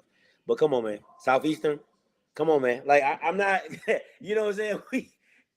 We got to. Well, I want you to go, but can I validate your point so well? How excited do we get when we win that first 4 game in the NCAA? Is that not your exact point? We play these other conferences. They are clearly, you know, sometimes they'll mess around and put the me, but overall, it's a white conference that we play and we stick our chest out. Yeah. Because, you know, as you well know, we have to play all these money games. Our records really look bad. You know, you come in there, you might be 17-15, and this school has come in and we play them. And to your point, what does it do, Scotty? It validates the conference. Because we have won these first 4 games. I think more first 4 games than any other quote unquote FCS football conference / basketball. Yeah. So I just wanted to point that out. So when people say, "Oh, well, Scotty, what you say it in basketball with no problem," you get excited. You go to church, but go ahead. I just want to point that out. Well, I was actually going to mention to that point. It's like, honestly, man, the SWAC, for all its purpose, is saying, I'm going to take my ball and go home. I don't care about your respect. We don't care about the perception or the respect of the conference. We don't. You got D2 out here destroying Valley. And I know people say, well, it's Valley, but it doesn't matter. Because, again, no D2 should be coming in, beating up on Valley. And honestly, the conference from a football standpoint is not respected athletically when it comes to D2s and other conferences. So my thing is, we don't even have the mentality to say we're going to earn our respect. There is no pride. Matter of fact, I hate what I'm about to say, but if you notice when the SEC has to play any type of non-conference games, toward the end of the games, do you know what the crowd says a lot of times? SEC, right? And so the thing is that because they take pride in wanting to beat other conferences, right? We don't have that. It ain't in us. Now, we'll cheer if Southern's going to play somebody, or like, hey, the Southern young lady was in the track and field championship. Yeah, we all gonna root for her. But when it come down to it, man, we not on that. We don't care about respect. We don't care about, you know, our reputation, and we're not in the business of changing that. Our idea is to take our ball, do our own thing, go to our bowl game. But guess what? We're not the only conference that has a bowl tie-in, by the way. But so again, let me jump in here real quick. I think I'm trying to, you know, Mr. Campbell, I'm trying to, trying to play in these weeds, right? But I think it's hiring coaches like Tremaine Jackson, right, who care about the reputation of the institution and the conference. Because what does he say? Listen, we a D1 program. We gonna play D1 schools. Like that just is, again, I'm not taking away from tradition. I'm not taking again, I get schools have their traditions and those can be one-off games. But there's no reason why outside of tradition we're playing lower levels. And I'm glad the SWAC went to what they're going to. You know what I'm saying? I'm glad we're pushing this new mantra of, hey, like, these games ain't going to be allowed. Not doing it no more. We're not doing this no more, right? Because, again, we do have a reputation. And I think the thing about it is that at some point in time, fans of the game have to respect things outside of HBCU football, right? Because if you're getting up, and again, it goes back to just playing teams in your state. You don't gotta, listen, Jackson ain't got to go up to, now I would love to see it, right? They ain't got to go up to Montana to be relevant. You know what I'm saying? They don't got to do that. They go play a local powerhouse that people going to come out to see that. Because what is that? That's bragging rights within your state, right? Yeah, like, your region so too. It's no different if Southern went down to Nichols and beat Nichols. Like, that's bragging rights in your state. You see what I'm saying? If no different than, you know, if FAMU went down to when y'all had played South Florida that one year and y'all had the opportunity to win that game, y'all beat that. That's bragging rights, right? So again, it's you know, it's Alabama State going to play Troy. It's A&M playing Austin Peay, right? Like beating these teams give us bragging rights in the state and also win recruiting battles as well. Because if I tell you that, you know, oh, you know, I got to recruit, he said, well, I'm going to Austin Peay. I'm like, bro, we just beat them. Why you want to go to Austin Peay? We just put 20 on them. You see what I'm saying? So it's little things like that that I think make everybody better and then elevates the football. But it starts with the fans caring about games outside of HBCU. You got to care. Well, I'm you gonna make can't a point. only care when you win. That's not how that works, right? I'm gonna say this, and people could disagree with this, but I mean, I have the facts to back it up. That's the way FAMU used to be, because FAMU would go beat folks in the playoffs. And that was a big thing because we had won the playoffs. So when we were going to the playoffs, it was like, okay, go do work.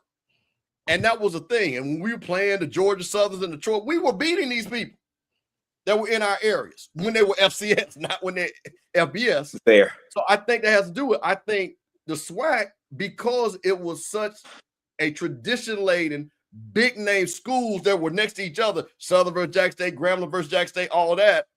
When you say, again, if you ask the average person, let's be honest with you, the average SWAC person, and tell them to name a school in the Sun Belt or the Southland or whatever, you know what I'm saying? They couldn't do it. They wouldn't be able to do it because there's no connectivity there. And I think what I do like what Tremaine Jackson, but I will say this too, they also, because Texas has a lot of FCS schools that they're very close, so they did the money work, you know what I mean? Get on the bus, come right back.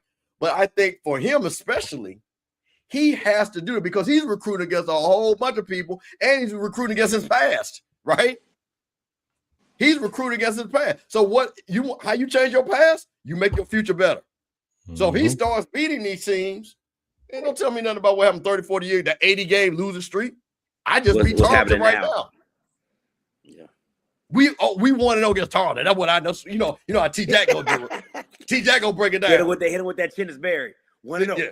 1-0. And that's what they do. So I think I agree, man. When it comes to that, I guess you know my argument has always been I just want fair to be fair. You know what I'm saying? And everything. But there are schools like, again, who was that? Was that Alcorn lost to the school that hadn't won like in Northwestern State? Northwestern State. We can't lose that game. But I think, you know, and Zoe, you can jump in here whenever, but that's why I love the MEAC schedule so much.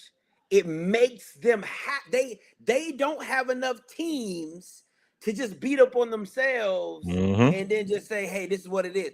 They gotta go out and beat some guys. Now, again, you only gotta beat the 5 in your conference to win a championship. That's a whole nother thing, right? But to fill their schedule out, they got to go out and play the PWIs. They got to go out and play the big boys, right?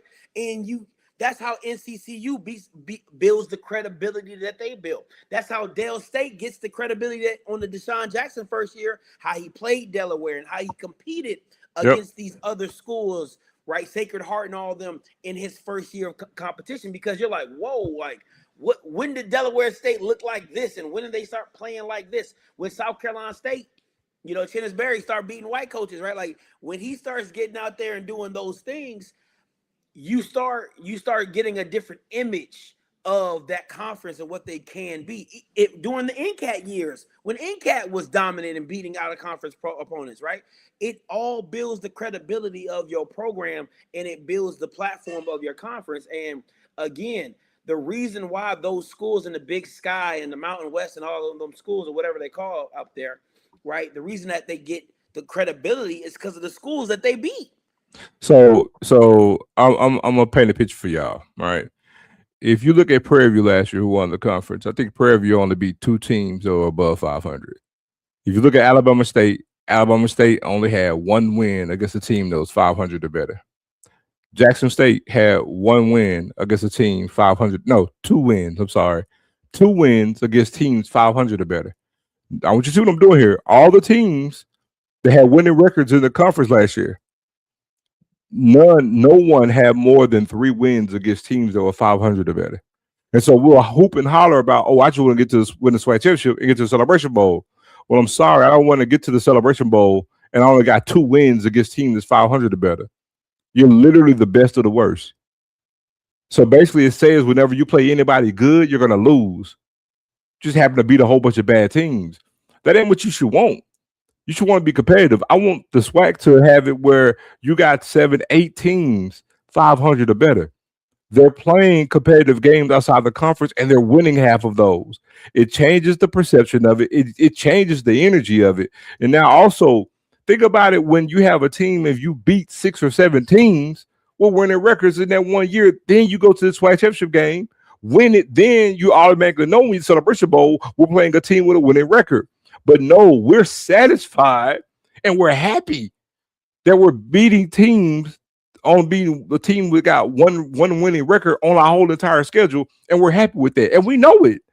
That's why I'm saying it's almost like we're taking our ball and going home. We don't care. We're just, by golly, I just won a championship. I don't care if you have people literally saying, I don't care if every team on our schedule has a losing record. As long as we win the SWAC, I'm good. That's hard. That's a loser's mentality.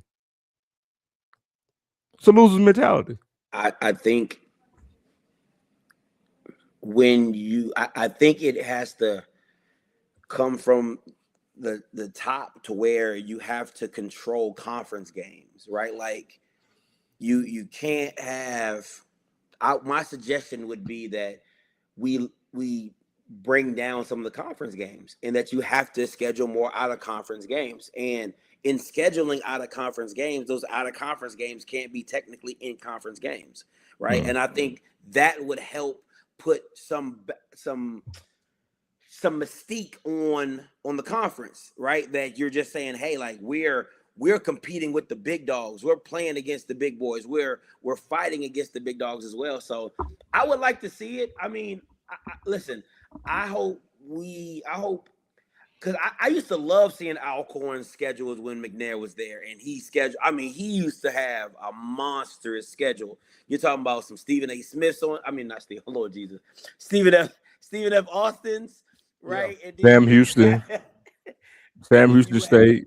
You know what I'm saying? He would have all those teams, right? And even the Maynard years, Maynard would always have an Austin P, a Troy, or some type of good out of conference opponent. So I think just seeing more of those type of schedules is where it's at. My thing is, it looks a lot better when you're 10-1 than 7-4. I'm just saying, it just looks a lot better. It looks better, but let me give you an example of how everybody who say they disagree with my point, how they're contradicting themselves. I want you guys to go back to last season. What was the very first game that we saw on the college football season that involved the SWAC school last year? The very first one. It was Alabama. SWAC, I thought it was UAB in Alabama State. Hey, that game was amazing. But watch this. But remember how everybody was? Oh my God, everybody looked good. Alabama State should have won the game, right? Everybody was doing 2 in it. But so that energy you had, you know why you had it? Because of the opponent. You're right. You had that energy because of who the opponent was. Because Alabama State came this close, they could have beat an FBS school. So you don't have their energy if they were playing Tuskegee. You don't have their energy if they're playing Edward Waters. So that's why I'm saying you're contradicting yourselves. You do want to see these games and us being competitive. I think we probably got PTSD from getting our ass whooped, blown out from playing Power 4 schools or FBS schools. Maybe that's what it is. But you're contradicting yourself every time we get ready to play a Sunbelt school, or if the game's close, we got a chance to win. Because you wouldn't even have the energy that you have talking about it if it was Tuskegee. Because we're supposed to beat them. That's big facts. That's big facts. You know, again, the schedule, and Scott, I'm going to just tell you this. The SWAC, you got enough games, because especially when you go into a 12-game schedule, you can play everybody named Mama. So you can do everything that you want to do and still play 3 really good teams. Within your, like I said, again, you ain't got to travel all over the world. You can find somebody within your radius and play them. But again, I think this really just has to come down to, I think you're going to see a change, because, you know, we talk about Alabama State, and I'm sorry, they're just a perfect example of it. The only way that 10-game mark means something is if they went to the Celebration Bowl. If you don't that 10 games looks good, but if you don't close the deal, then you're sitting up there because you know what? People start picking apart your 10 games. They start looking at, hey, you really didn't play anybody. And you play Tuskegee and you talking about you want to go to the playoffs. So that's the thing about it. When you have that schedule like that, and it was just like with us. That schedule we had when we played like West Florida or whatever, and we did play South Florida that year, but Willie was like, listen, we Celebration Bowl a bust. Point blank, period. We ain't going to play no games about no, you know what I'm saying? This schedule is built for us to win a national championship. And he said it. He said it. Went right on there on whatever. Boy, I can't think of the boy's name from Louisville. And then when I say you got to let your, Willie say you got to let your snake hang. You know what I'm saying? He was like, listen, I already heard it. I have to win it with this schedule. If I don't win it with this schedule, we'd have this comment. And that was the whole thing. That's why nobody had no problem with it. Because he ran the table, beat everybody. So when you do that, that's the thing, which is going to be interesting about Prairie View. And again, I don't know what I'm not going to, we'll do that later on, pick who going to win what or whatever. But to your point, if T-Jack can just get one of those, then I know what he's already going to say. We're already going to play the hardest teams on our schedule. You know T-Jack going to be just that arrogant. We don't play the hard teams on our schedule. But it's no different than basketball. It's literally no, again, you know, in basketball, you play like, you know, HBCU teams, they stack the front end of their schedule to play those hard teams to see where their team is at. If T-Jack comes out against those top teams and he looks, now again, and Zo loves saying this, what's your thing, Zo? Everything is, you can't compare. Like if I play Stephen F. Austin, then I go play Southern, like it's not comparative or something like that. You always say something like, no, it's not. I mean, you can't compare and contrast. Yeah, right. So, but my thing is for T-Jack, it's for him and his team. If it's one of those things where if I step in and I play Stephen F. Austin or whoever they play top team, right? And let's say they lose by 3. What T-Jack gonna turn around and say, what other team in the conference would have done that? That's how you flip it for your benefit. Now, if you come out and win, if T-Jack comes out and wins that game, then he's really telling his team, we're primed for another run. If we do things that we want to do, and again, football is all, you know, it's game by game, you know what I'm saying, of adjustments and understanding and people taking things away and doing stuff like that. But again, if T-Jack comes out and he has a great first game and he beats a big opponent, that is a segue to say, hey, listen, we're here. We've arrived. It wasn't a fluke last year. We're here and we've arrived and we're gonna run the table again.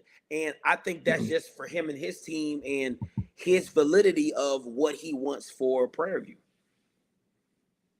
Because like Mr. Campbell said, he's not just recruiting against FC. You in the state of Texas. I mean, it's a galore of teams that he has to compete with. So he has to stand out in some way or fraction to get the recruits that he wants. And being the personality that he has, being that he's turning Prairie View around, I picked him to do that. I just want to be very clear. I did pick. I said that from day one. Shout out to Jermaine Jackson, and all the things that he's doing. You listen. If you're a Prairie View fan, you should be very excited for what's to come. Hey Scotty, I wanna pull while I got you because I pulled up something and we're gonna shift gear because I'm LeBron thing. We're not gonna do that tonight because since I got you because I saw something very and I want to get your opinion on this. So Sports Illustrated did a ranking of the 5 best athletes from each state, and I want you to look at this and I want to get your opinion on something because I found this very interesting because it's 2 states. Matter of fact, let me go to that one first because I was mind blown. Hold on one second before I pull it up. Let me go to that state first. The number 1 athlete from Maryland got to be Kevin Durant. All right, we'll pull that up because we're gonna. Do Maryland. DMD. Yeah, we definitely gonna do Maryland. But it's the state of Florida. Now you think about the track, tough. Baseball, football, even basketball. But look at who they said. This is the state of Florida. They better not put Tim Tebow. They better not put. Oh man, of course. I was, Smith you know what? 2. I don't know. I would go Emmitt Smith at number 2, but definitely number 1. I when I saw this, and I had to think about this: is Deion Sanders the best athlete to ever come out the state of Florida? I have to agree. I'm gonna say something. It's an omission on there. I'm taking Emmett. There's no way Emmitt Smith should be on there and Bob Hayes, is it?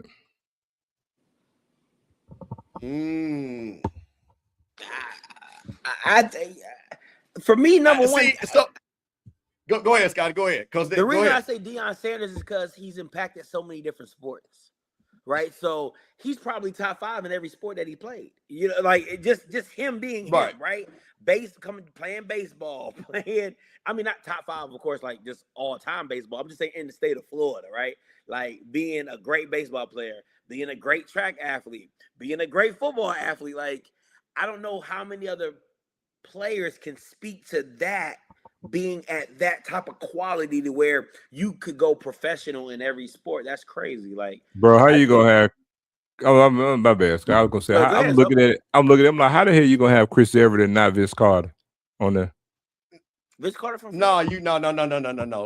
So Chris Evers, Vince Carter's not. If you compare the two, Chris Evers is a top 5 women's tennis player. No, you gotta have. I like Chris Evers now. She's not her. You speak. You're talking about all the. But Ray Lewis to me 5. That's where the shake is. Yeah, Ray Lewis. But you said. But the thing is said top 5 athletes, not top 5 accolades. Because ain't nowhere here you gonna have. So they're counting the accolades. That's how they're getting the athletes. Because if that's the case, Bob, man, ain't no way in here you gonna have anything of top athlete of Florida and not have Bob Hayes. The accolades, now it's not the physical, the accolades is what's calling it. So Scotty, we're gonna jump down here to Maryland and your top 5 and see what you think about it. And I want to get to Louisiana. Listen. Oh, Michael Phelps. Your top 5 is your great state of Michael Phelps over Babe Ruth. Michael Phelps easily over Babe Ruth. That's a good list though. That's a hell of a list. Katie that's a hell of a list. Is she another swimmer? Katie, I think Katie. Yeah, she's another swimmer. Yeah, Katie Ledecky is the female Michael Phelps. Yeah, she's the female Michael Phelps. Yeah, I would have to put both of them over Kevin Durant because Kevin Durant hasn't won anything by himself. So I can't, you know what I'm saying? Because you got to add accolades in there, right? So he hasn't. Yeah, because this is what it is. Yeah, if you would have did something outside of the Warriors, I probably could have gave it to him. But I mean, Michael Phelps got to be number 1. I'm sorry, like a white man had to make this because Babe Ruth is not number 1 on me. Like it's Michael Phelps. It's not even close. Yeah, man, Michael Phelps is more heralded than Babe Ruth. He has more hardware than Babe Ruth. That's the thing. It's like, you know what? And again, and let's keep it a buck. Like I said, I know there's a certain group of people that fantasize Babe Ruth. Bro, you didn't play all the best baseball players. Let's keep it a buck. You didn't. So that automatic disqualifies. If you did not play all the best baseball players, Willie Mays wasn't playing, Jackie Robinson wasn't playing when you were playing. None of them people. I can go on and on and on. Frank Robinson, Josh Gibson, man, cool Papa Bill. Yeah, like, bro, let's just, so I understand they want to fantasize, but I'm like that. Michael Phelps is literally the greatest Olympian potential. Ever. Man, Michael Phelps. This is Olympics. How many goals does he have? Like, don't he got like? He got like 12. Right, yeah, like 12 gold medals. Yeah, he has the record. So yeah, we definitely gonna get Texas and then Virginia. Yeah, Mississippi. Let me see what Mississippi is. That's why I'm getting to. But this is why I pulled it up. You can't name another state. List. That's well, for the top 5, it can't be argued, and for the top 5 HBCU guys. Archie Manning. You can't tell me Archie Manning is the 5th best athlete to come out of Mississippi. Like, come on, bro. They just had to throw him on. Nah, they just put him there because, man, I could put women. I could put Ruthie Bolden up in there, man. I could put so many. Man, what about the Bama from the Friday Night Lights movies about? Oh, you talking about Marcus Dupree? Yeah. No, Lucia Harris, man. Lucia Harris, the first woman to get drafted by the NBA. Yeah, Archie Manning be on that list is crazy. I'm like, when I was like, you all now everybody else, you can't. Well, first of all, you can't argue Walter and Jerry and Brett Favre and McNair. You just can't. But just for historical, now to me, but Archie, man, come on, man, listen. Over Brett. That's me personally. I'm flip flopping that. Just athlete. We're talking about athlete, not careers. Well, and here's the thing: athlete. The only reason why Because college accolades, Steve had more college accolades. The only reason why Brett Favre gets that is because he got them MVPs in the NFL and a Super Bowl ring. That's it. That's it. Now, here was the thing. Now, our neighbors over here to the west of us, is Louisiana. You know, Louisiana got all Louisiana. But I was like, hold on. I know that's crazy. I know that's a crazy. So I know Louisiana got my guy. Oh my God. I was like, this is the best y'all can do, Louisiana? Number one? Are you kidding me? I'm like, come on, man. Now, I don't know. Like I say, let me see who is Armand. Armand, what does he do? He's a two-time Olympic vaulter. Okay. Who represents Sweden, but backyard and male output. Dude, where is Willis Reed? Now, come on, man. That's why I'm like, come on. I'm like, really? Really? And I was even.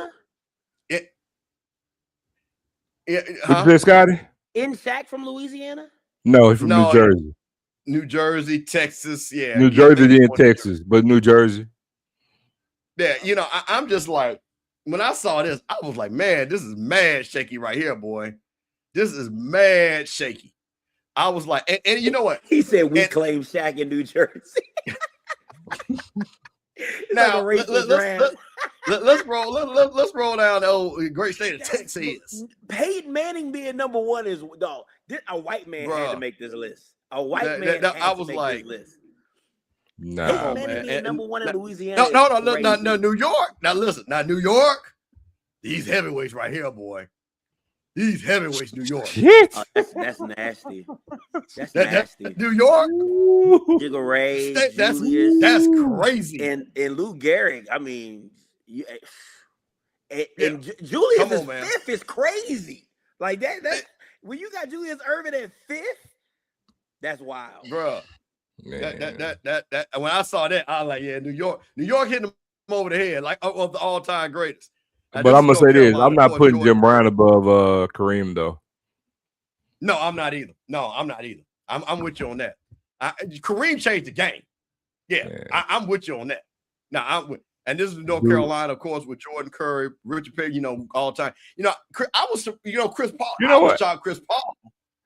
So hold on. So there's a major omission on this list. Major omission on this list. LT is from Virginia, I believe. Lawrence is from Virginia. I could have sworn LT was from North Carolina. No, LT played in North Carolina, but I'm pretty sure he's from Virginia. Matter of fact, we can look at it real quick. I could have sworn he was. I could have sworn LT is from North Carolina. No, I think. Hold on. I'll tell you. We'll just jump down to Virginia just real quick. And we'll come back to Texas. Michael Vick got to be number one. Yeah, see, Lawrence Taylor's from Virginia. Okay, that's what okay. I was finna say, how man. Michael Vick is not on this list, I will never understand. So here's the interesting thing. Okay, Arthur Ashe, first black man to win Wilmington. I get that. Lawrence Taylor, all-time great. Mia Hamm, greatest female soccer player. She belongs there. She belongs there. Moses Malone. Oh yeah, 100%. Mia Hamm belongs. Yeah, everybody knows Mia Hamm. Yeah, that's guaranteed. Moses Malone. I think Moses Malone. Exactly. Now, the David Robinson thing, that's what I was like. I don't know about that one. That, plus, I don't know. I don't know about that one, dog. Is Kyrie Irving from New York or he from New Jersey? I thought he's from New Jersey. He's from New Jersey. He's from New Jersey. But then also, man. Oh, Julius Peppers is from Virginia. I thought he's from North Carolina. Man, but guess what, man? AI's from Virginia, man. Ronald Curry from Virginia. Let me go to now Texas. Here's the great state of Texas. This is for Patrick Mahomes. You can't go wrong with the GOAT Simone Biles. How do you put? But Patrick Mahomes number two. Patrick Mahomes over Shaquille O'Neal. Hey, y'all hold on. I'll be right back. I'm gonna let y'all out to Texas. How do you put Patrick Mahomes over Shaquille O'Neal? Man, nobody. You can argue Simone Biles because all the goals she has, but Shaq is too low. Sheriff Swoop belongs there, but man, I think she should be stay. And I'm not mad at Clayton, but I think you could find a better fifth athlete in the state of Texas than Clayton Kershaw. I got a question though, Scotty. So, Clayton Kershaw or Nolan Ryan? Nolan Ryan. Nolan So Ryan. It's like I think a lot of problem with a lot of sports, we tend to deal with recency bias. They said Earl Campbell, Eric Dickerson. Are they from Virginia or are they from No, Texas? they're from Texas. And Earl Campbell, the fact that Patrick Mahomes is over Earl Campbell or Eric Dickerson is even crazier to me. Like Patrick Mahomes. Look, I forgot. Roger Clemens, Clayton Kershaw, Nolan Ryan, or Roger Clemens. I'm taking Nolan Ryan. But bro, Patrick Mahomes shouldn't be on this list. I'm sorry. Patrick Mahomes should not be on this list. Period. No. Patrick Mahomes, there's no way. And I'm like this. Didn't you just say, hold on, because wait a minute. Roger Clemens is from Texas. Yeah, and Roger Clemens and Nolan Ryan. How in the hell is Clayton Kershaw over Roger Clemens? I just told recency bias. Because I mean, say what you want, even though Roger might. He's worthy. Well, let me tell you something. He's worthy to be there. He's worthy to be there, but it pales in comparison. No. I'm not saying. Oh, I'm saying he deserved. He. You can make an argument for him, but he doesn't belong over Roger Clemens or Nolan Ryan.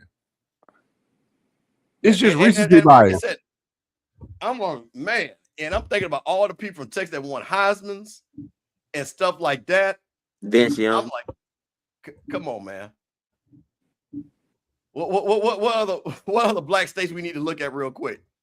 Alabama. You know what? I forgot we did not look at California. Let me go that. Oh man, who would matter be of fact, number one in Cali? Flojo. Yeah. Oh, she's definitely got on that list.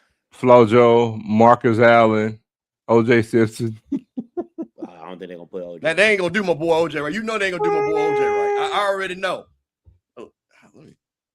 If they put Reggie Bush for California, it's don't even do the rest of the list. Reggie Bush is gonna be on here.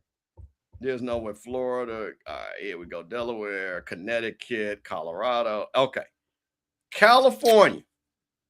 Tom Brady's not bad. Tom Brady's not bad. This heavyweight list right here. That's a heavyweight list, bro. That's a heavyweight list, man. Yeah, this list. You know what's crazy about this list? You gotta got like the best of the greatness from everybody, from every sport. You probably got like the right. That's what I'm saying. But wait a minute. Wait a minute. Bill Russell doesn't belong on this list. Hold on one second. Let me just make this point because I want to hear what's great about this list. The cultural impact of the people on this list also. Not only their athletics, historically, you talking Serena Williams, Tiger Woods, Jackie Robinson, Bill Russell, just from a historic standpoint in athletics. Bill Russell should not be on this list. You crazy. No, he's not from California. Where is he from then? Louisiana. Well, somebody, okay. Now, he's from Louisiana. They claim it. He played college ball for the University of San Francisco. He's from Louisiana. Okay, well, see, he shouldn't be on. Well, you know what's funny? Hold on, wait a minute. Let's get to your point. That he should be number one on Louisiana. Damn sure should be. Yeah, he's born in Monroe, Louisiana. I just looked it up. Come on, Bill man. Russell was born in Monroe, Louisiana. Yep. Now, Sports Illustrated got to do better. Sports Illustrated got to do better because if that's the case, then there's no way that Bill Russell, that number one athlete, ever came out of Louisiana. Yeah, he went to college with University of San Francisco. That's it. But he's from Louisiana.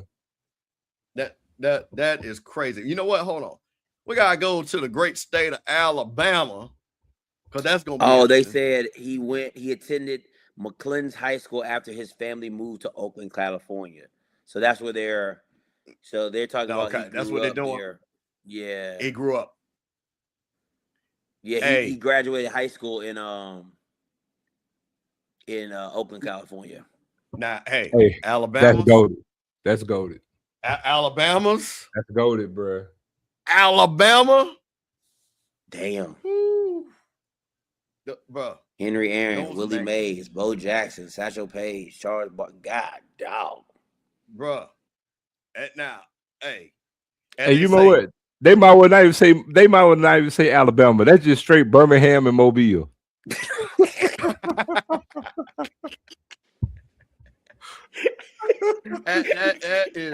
that is big fact. But you know what's funny?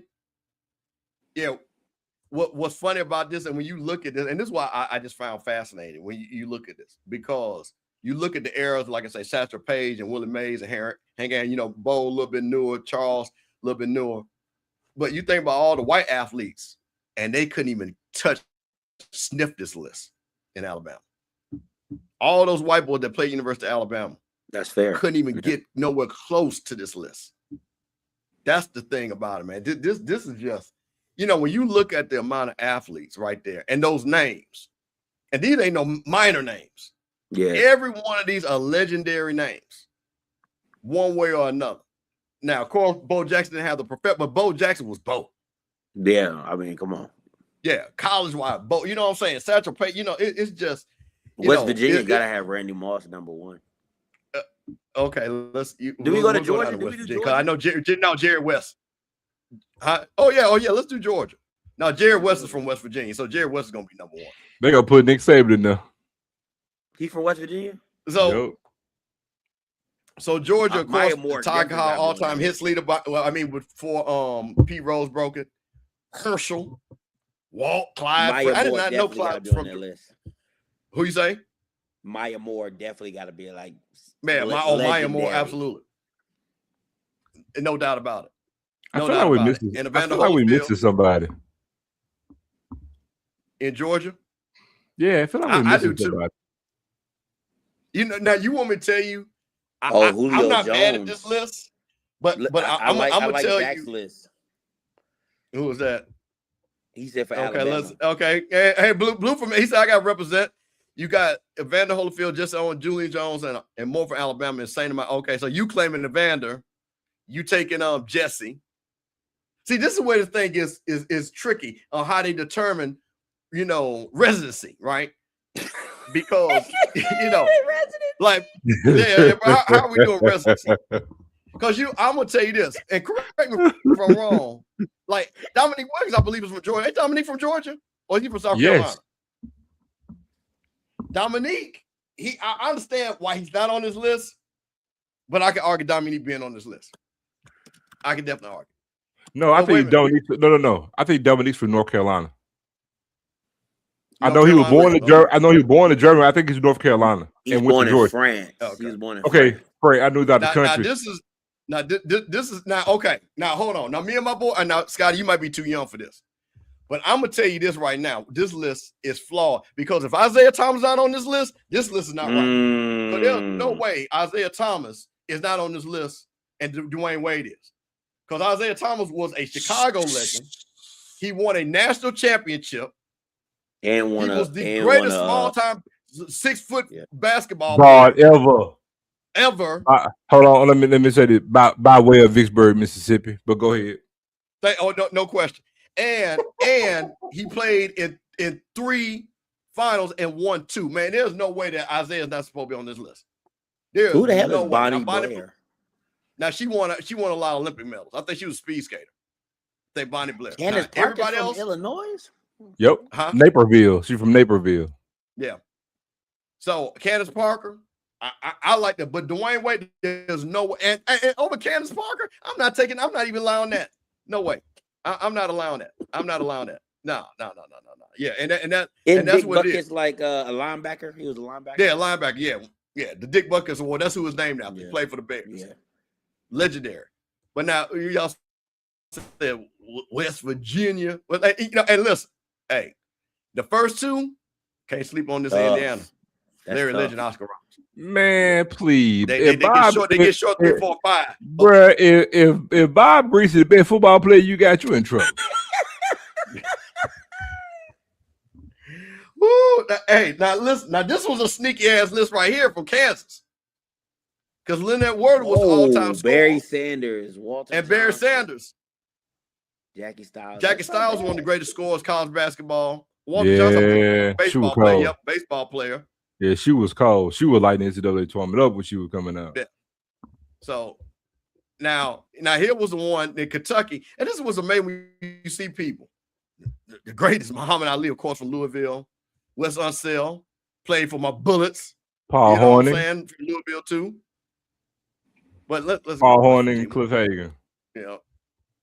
We looked at Maryland. Was this quick match with Massachusetts Rocky? Yeah, okay. Patrick Ewing 3. I get that. Rebecca Lowe.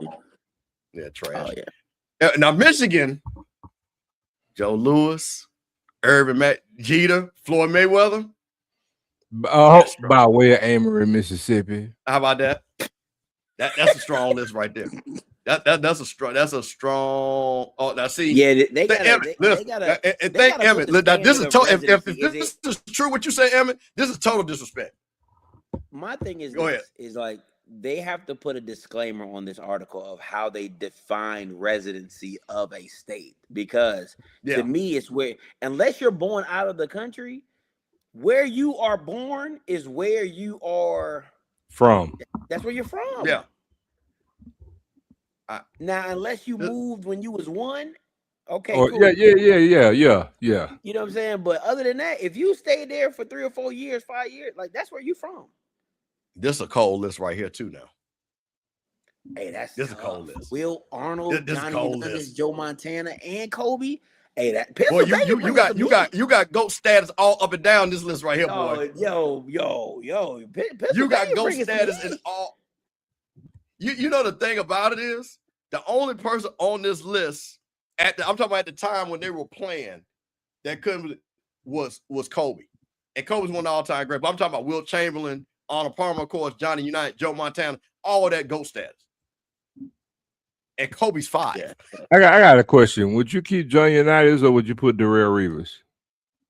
No, Johnny Unitas. Johnny Unitas. But you gotta say Johnny Unitas was the first passing quarterback. So that's why you got to when you got a award named after you, bro, the Johnny Unitas, got black high tops. Yeah, but that's a little bit cultural. Hey, if you got an island named after you, though. Yeah, but he was not the factor, the lead factor on a Super Bowl championship, because he didn't get. Well, Reeves didn't get it. He played for New England. When he got his, right? No. You remember when he was with the Jets and they got to the AFC Championship game with Mark Sanchez? Yeah, but he didn't win the Super defense. Bowl, though. So that's what I'm talking about. Nah, they ain't win no Super Bowl. I think Asia's a little too low on that list. It's South Carolina. He should have been number 2. I think Asia. I think when she retires, she moves up. Because she's already, she's already 3 right now. She's already 3. Yeah, Rocky, if that's Pennsylvania, Tony Dorsett. Come on, man. This is crazy. Yeah, absolutely. Yeah, let's go. I think Johnny Shell should be on that list for South Carolina. Now here, I got to shout this out because this is another HBCU great. Wilma Rudolph. Yeah, Tennessee State Tiger Bell. Yeah, so, man, that's what's impressive. When you got HBCU people that are number 1 in a state. Wait a minute. I will. This is personal. I will not stand. Tracy Calkins, you got to fucking go. Penny Hardaway now on the list for Tennessee is a travesty. I will not stand on Penny Hardaway slander nowhere. Penny Hardaway is now on that list. We got an issue. Do it? Man, we not gonna do it. We're not gonna do that, Penny. Oh, man. You're not doing that, man. Penny Hardaway got to be on there. Well, they say the white girl got 3 gold medals and 63 American I records. don't give a damn if she got 10.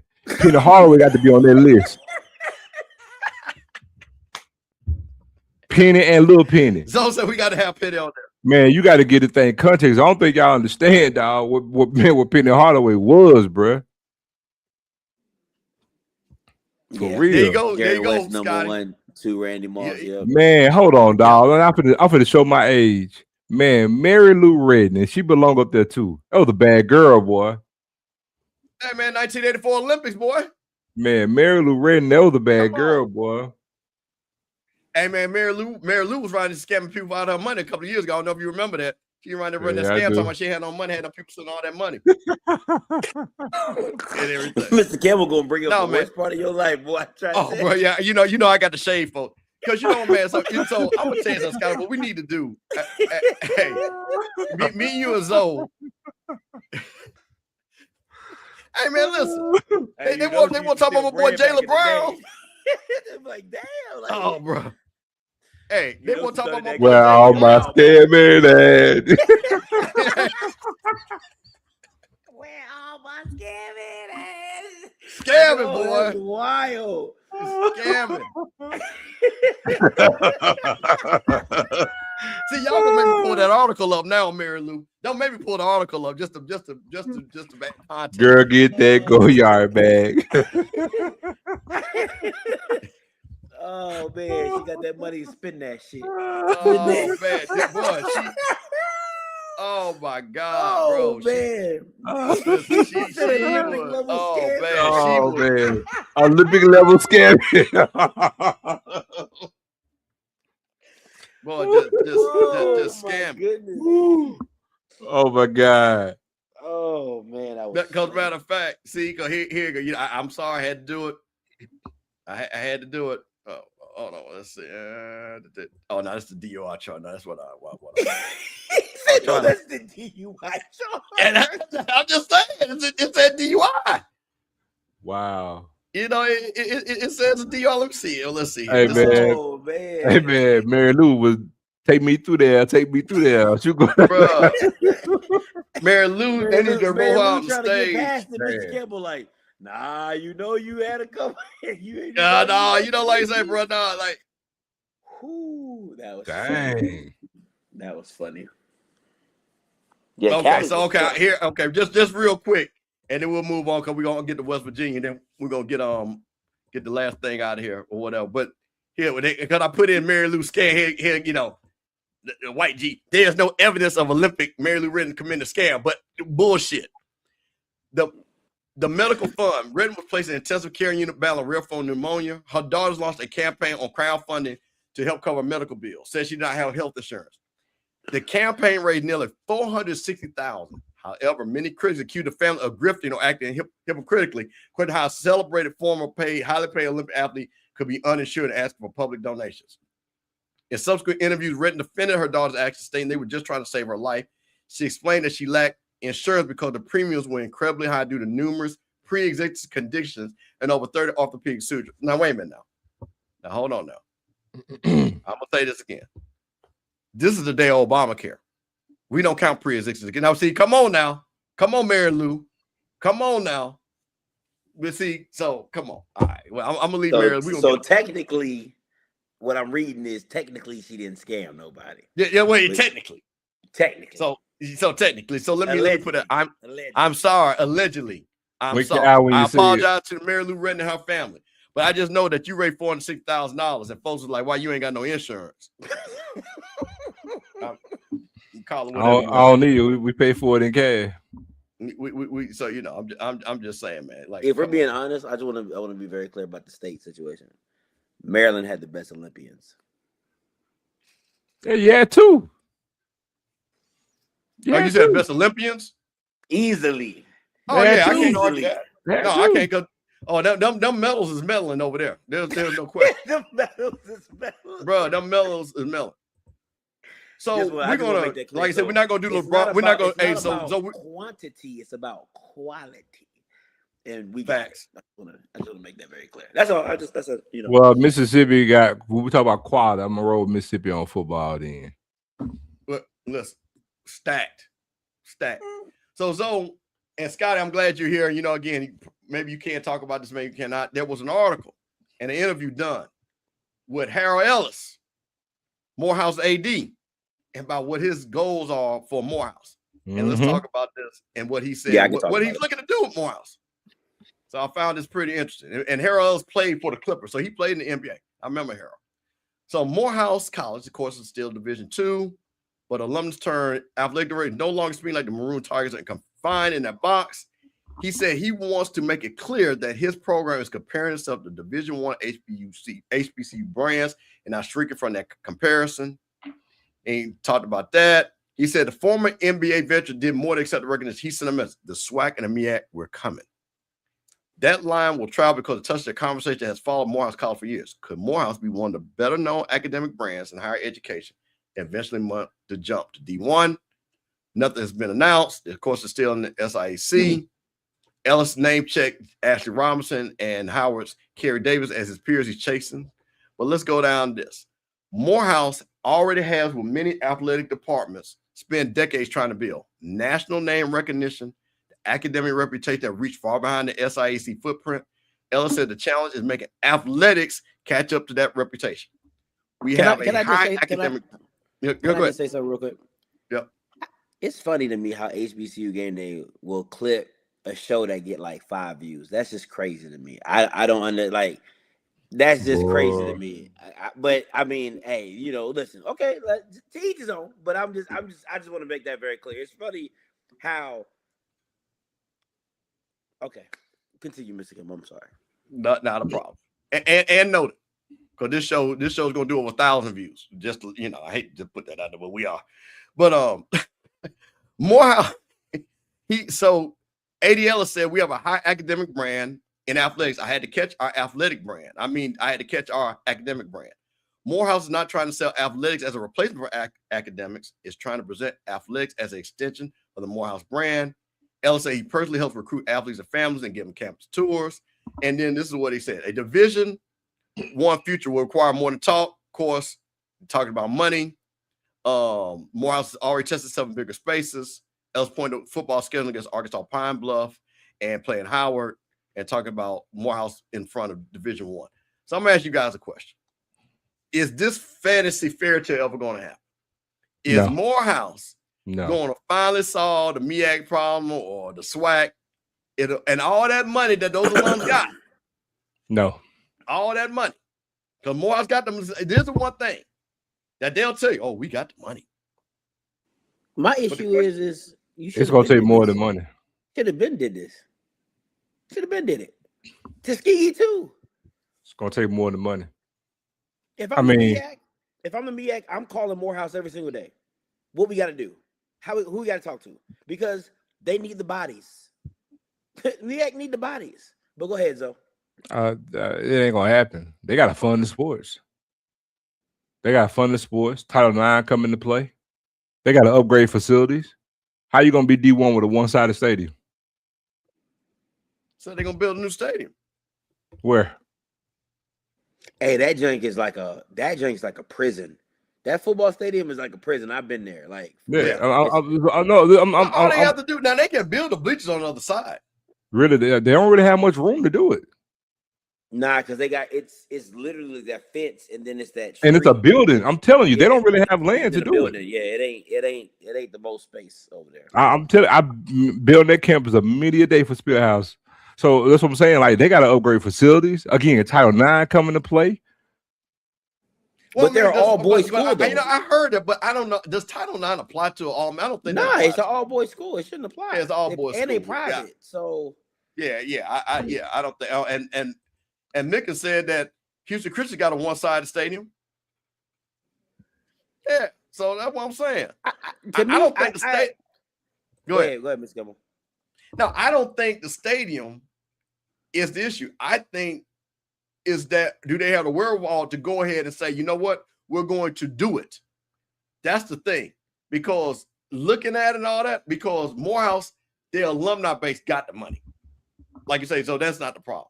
Now, some of the facilities thing, but again, like with anything, facilities can be worked out. Because I don't know what they're doing with Morris Brown Stadium that's sitting over there that actually could be, they could actually buy that, fix it up, and be crazy. Now, I don't know who owns it or whatever. To me, I don't even think they should. No, Morris Brown has it. It's the Morris Brown has it.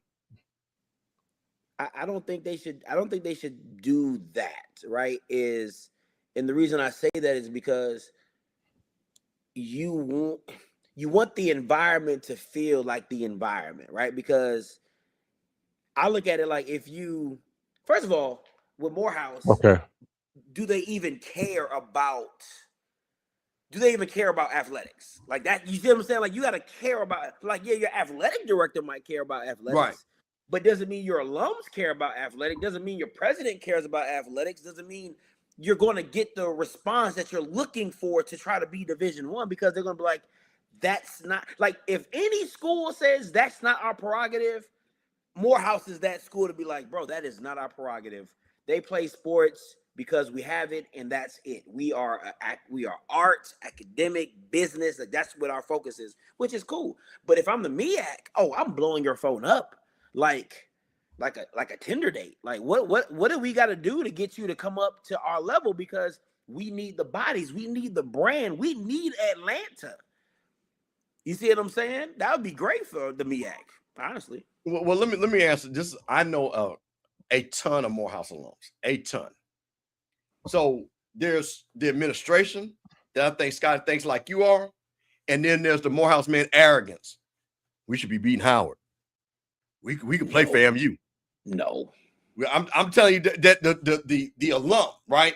Because what they see is because they go to a homecoming, a FAMU homecoming, a Jack State homecoming, you know what I mean? They see the big atmosphere, and they're like, we could have that too. They got it. Their house is huge. So intertwined, and Spelman don't have any athletics, but Morehouse, those guys are so intertwined with other people from other HBCUs, right? So it's that, that water cooler thing. You know what I mean? Who you guys play today? Ha, ha, ha, ha. FAMU, we get ready to play Jack State. Morehouse, who y'all playing? That's, you know what I'm saying?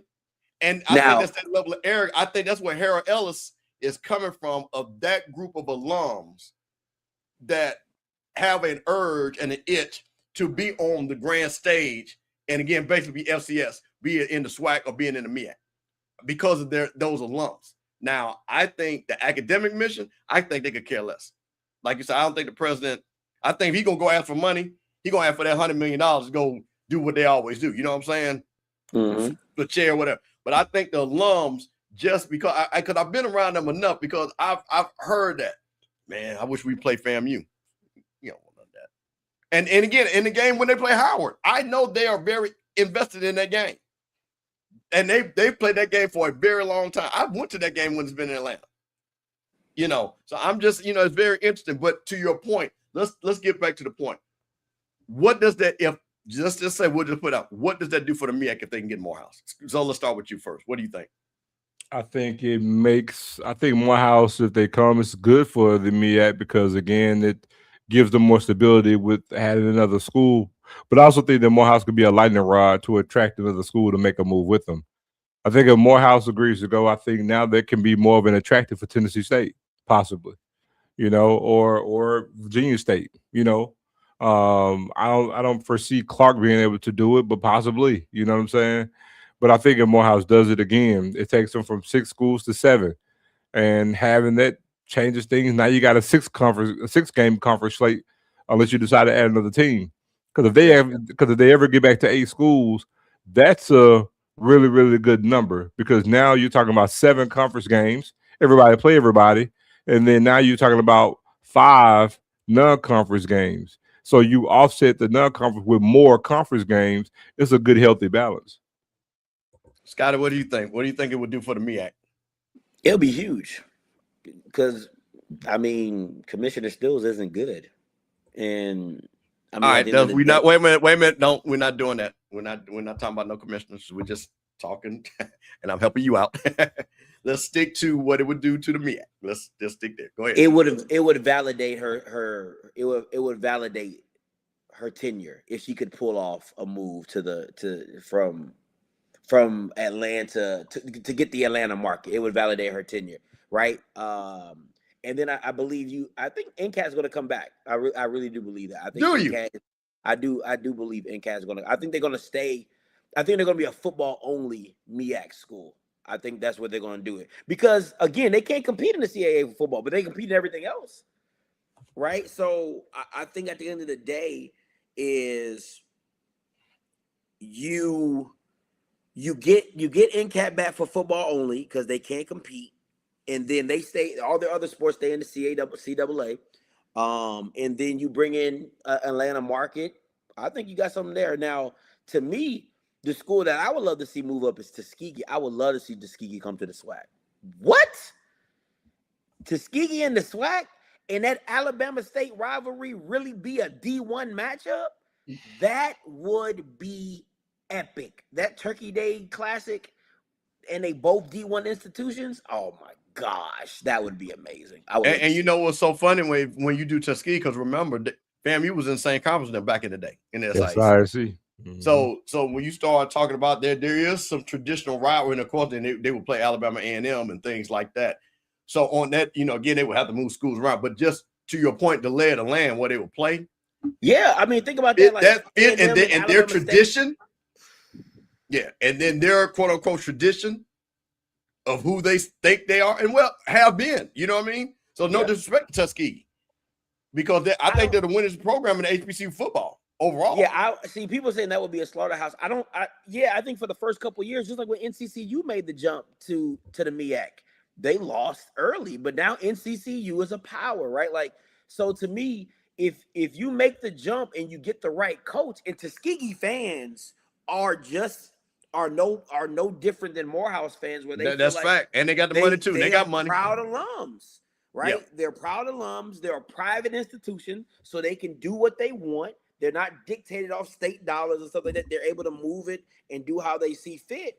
Tuskegee coming up to the SWAC would be amazing, especially for the state of Alabama, because now you're talking about Ed Reed being the coach. I would not be mad at that, right? I would not, because you need the notoriety. You're talking about one of the most legendary HBCU schools with a celebrity coach. I think that's a great push. And then Tuskegee don't have any abandoned buildings on campus neither. I just want to point this out, that Alabama State has played Tuskegee 85 times. Tuskegee leads the series 46-38-1. Oh yeah, that's facts. That's facts. And Alabama State, just remember, just got the most of them wins the last 20 years to catch up. Yeah, with the shift. Yeah. So to catch up. I'm just saying, that would be a dope move. Tuskegee has played Hampton 27 times and lead the series 15-12. They played South Carolina State 18 times and they lead the series 11-7.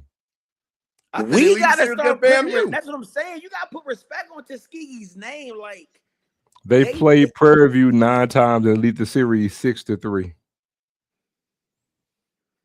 They played Grambling 4 times and the series is tied 2-2. A lot of teams can't say that. A lot of teams cannot say they're 500 and better against those name heavyweights. I know that for a fact. Especially Grambling. Thank you. So I mean, at the end of the day, all I'm saying is Tuskegee is not a school that is just like, oh, it's Tuskegee. Like, nah, like, if you move Tuskegee up and you gave Tuskegee time to build it the right way, and it's not even, and yes, the facilities are going to play a part, but it's just about getting acclimated to Division I, and like Zo said, funding what needs to be funded, right? Because at the end of the day, it is what it is. Rocky, they're 1-3 against Jackson State. There you go. Yeah, they didn't play Jackson State a lot. They never played them back in the day. Because like I say, played those Alabama and they had the SIAC. No, man, I just think that, again, when you see that, and, shout out to Harold Ellis, you know what I mean? He's thinking big, you know what I mean? He's looking at it. He's trying to do something different. And I'm like you. He's the athletic director. You want to be a big brand. You know what I mean? You want to be a big brand. You want to push that school. And like I say, to heights they haven't been, because that would be a big feather on his cap if he could pull it off. That would be because, of course, we be talking about it. That would be a big, and the MEAC, to your point, the MEAC would just lose their mind by having that 10 pole in Atlanta. What you got, Zo? I want to make this last point because somebody said, what was their record like since 2005? Let me just point this out. From a decade standpoint, from the 2000s, Tuskegee played 117 games. Their record was 117. That's 85% winning percentage. In the 2010s, they played 111 games. There was 77-34, which is a 69% winning percentage. The 2020s, in this decade, 55 games. They're 28-27. They're one game above 500. Their total winning history, they played 996 games. They've won 601 games. They're the only HBCU to have 600 wins. They have 601 wins, 365 losses, and 30 ties for a 61% winning percentage. I mean, the resume is there. The resume is there. Well, look, guys. Hey, man, listen. This has been Sipping on Sundays on a Monday. A little bit of outspoken, off-script channel, Rocky Mill channel. Please hit the like button, man. This is one of those things, man. We just do this, man. Always able to get Scotty on. Like I said, had to hit that mute button on him real quick. Make sure we don't want to get fined. We don't want to get fined and everything. But Scotty, I can talk about the MEAC. Yeah, okay. There you go. There you go. We just want to make sure. But no, man, like I said, appreciate you coming on. Hey, man, on the throwdown, I'm gonna get with Rocky, see if we can, me, you, and Rocky come up with another topic that you can come on and talk about on Thursday if you're available. Zo, let's again. We're gonna do the LeBron stuff because I do want to, because LeBron, so I want to get your opinion on especially, hopefully LeBron does not sign before we can get through Rich Paul's big board, because that was amazing what he did with that big board that Rich Paul put together. But we'll have to do that next week. Well, he didn't he didn't jump off the screen. Now I was going to tell you guys, man, I want to send a shout out to Scotty, man. Happy anniversary to him and his wife, man. The anniversary is tomorrow, so I want to send a shout out to him. But while we got a minute, I know we'll get ready to go. I want to please.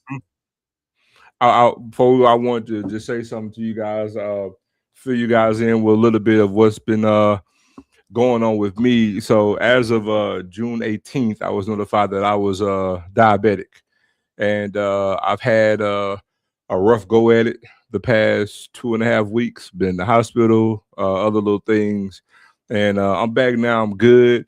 I'm only mentioning this because I feel like if something happened to me, I want to try to be a blessing or try to give someone else some information that could, possibly be a benefit or a help or a blessing to somebody else. So I just wanted to say this. Steve knew about this, and it's part of the reason why I missed we kind of moved some things with the last few shows. But I did want to tell you guys, black men, any one of y'all that can hear my voice, I am the single only person in my family that is diabetic. And was very ignorant to it. And this totally came in and wrecked my life, changed my life. I definitely want to tell you guys, black men, go get your A1C. Go get your A1C. And if any of you guys are familiar with diabetes and diabetic numbers, I got an A1C last year. My number came to 5. I went and did it this year. I jumped to a 17. I was walking around literally it could have had been in a diabetic coma. My number got just under 700. If you guys are familiar with those numbers, I check my stuff every day. I'm sitting at about 80 right now. I literally was just under 700. I didn't know. I was ignorant to all of it. But my point is, I was able to find this out because I did my due diligence and I got my A1C. I was trying to do some things to lose weight, and I wanted to check my cholesterol, things of that nature. And that's the very thing that changed the very course of my life. And as you guys know, I'll be 48 in September. Lord say the same. So any of you who could hear my voice, specifically black men, because we have this thing about not doing anything until we don't feel well. So I'm telling any of you right now, if you hear my voice, go to your doctor, go and get your A1C. Man, it draw your blood, and it tells you everything. And honestly, when you do that, you should get that done every 3 months. It's not expensive, whether you have insurance or not. It is not an expensive thing, but it could be a very thing that could save your life. Go and get your A1C. It'll tell you everything, your prostate, your cholesterol. I mean, all your numbers. Seriously, bro. Do that because, like me, I want to. It's totally changed my life. So, I was a foodie. It was a 500 pound inside of me dying to come out. And now I'm at the point now where I'm eating to do things so I can just live. I don't snack. I don't do anything of that anymore. But I just want to be a benefit to somebody to say, Zo said this, man, you know what? Maybe I wasn't feeling good. Maybe I've been getting up in the middle of the night during my sleep, peeing all night long or whatever. Go and get your A1C, bro. It doesn't take long. Your health needs to be of a real good priority. So y'all keep in your prayers, because I'm telling you, I got notified I had diabetes. The very next day I was in the hospital. I was in the hospital for 2 days. So, and Steve, I had some issues with my vision, with my foot. I have neuropathy. So it's been real over here. I just hadn't really shared anything. So if y'all could keep your boy in your prayers, just trying to bounce back right. But I wanted to just tell the world this, not for no pity or nothing for me, but I want to be a blessing to somebody else to say, go and get checked and go to the doctor. Well, I'm just going to back that up because as you guys know, this Monday show was started with Kofi and Scotty. And Kofi had talked to Scotty because they were supposed to do a show. And Kofi told him he wasn't feeling well. said, let's move today. And unfortunately, that was the last time Scotty talked to him. So I'm gonna say this again. And when Zoe called me and said he wasn't feeling well, and I knew he's got a beautiful fiance, and I knew he was confident. But the first thing I said, man, I don't care what it is, bro, go to the hospital just to make sure. Just to make sure. So we lost Kofi because he thought it was okay, but that brother, my freshman brother's not here. So I'm saying to all you all, men and women, because a lot of you all are getting to that age, and even the young people, like I say, y'all doing moving fast, drinking this and eating that and all that. Please make sure that you're taking care of yourself. And if you do not feel right, especially, and I'm gonna say it again, there's no excuse. If you got a job with insurance, go. You paying for it. You're paying for it. Go make sure it's okay. And don't let nobody tell you otherwise. You're paying for it. Make sure, because I'll tell you one thing about it. You might catch something that you need to know about. So I just want to say I appreciate Zoe saying that, because it's very important. We want Zoe to be here. He looks great. He's on his health journey. He's losing weight and stuff like that. Y'all go back and look what Zoe was doing a couple of shows a couple of years ago. You can just see that he's moving in the right direction. But I think this is very important because, man, we talked about a lot of topics today. But I'm glad we're getting this, because in the end, none of these topics mean nothing. We're not here to talk about them. Not here to talk about them. So I appreciate you, you saying that, man. And like I said, man, and I'm going to say this, man, thank you for all of you all joining the conversation. You don't have to agree with us. You can't agree, but I'm glad that you're here every time we come on Sundays and Mondays, because, man, this is for us, by us. Some people don't like FUBU, but this is for us. And we appreciate the feedback that you guys get, because this was Sipping on Sundays on a Monday. Hey, man, we'll be on Sunday. Sometimes we'll be on a Monday, but the one thing, you guys are always here, and I respect you for it. And I'm going to say this again, and to say it, I have no problem with saying, I'm proud of you guys, but I just want to say this to my parents. It is not being scared when you're trying to protect your children. Always remember that. Always err on the side of protection, because one thing about it, you might not never be able to get that back. So, man, with that being said, what are you sipping on? We'll see you next Sunday.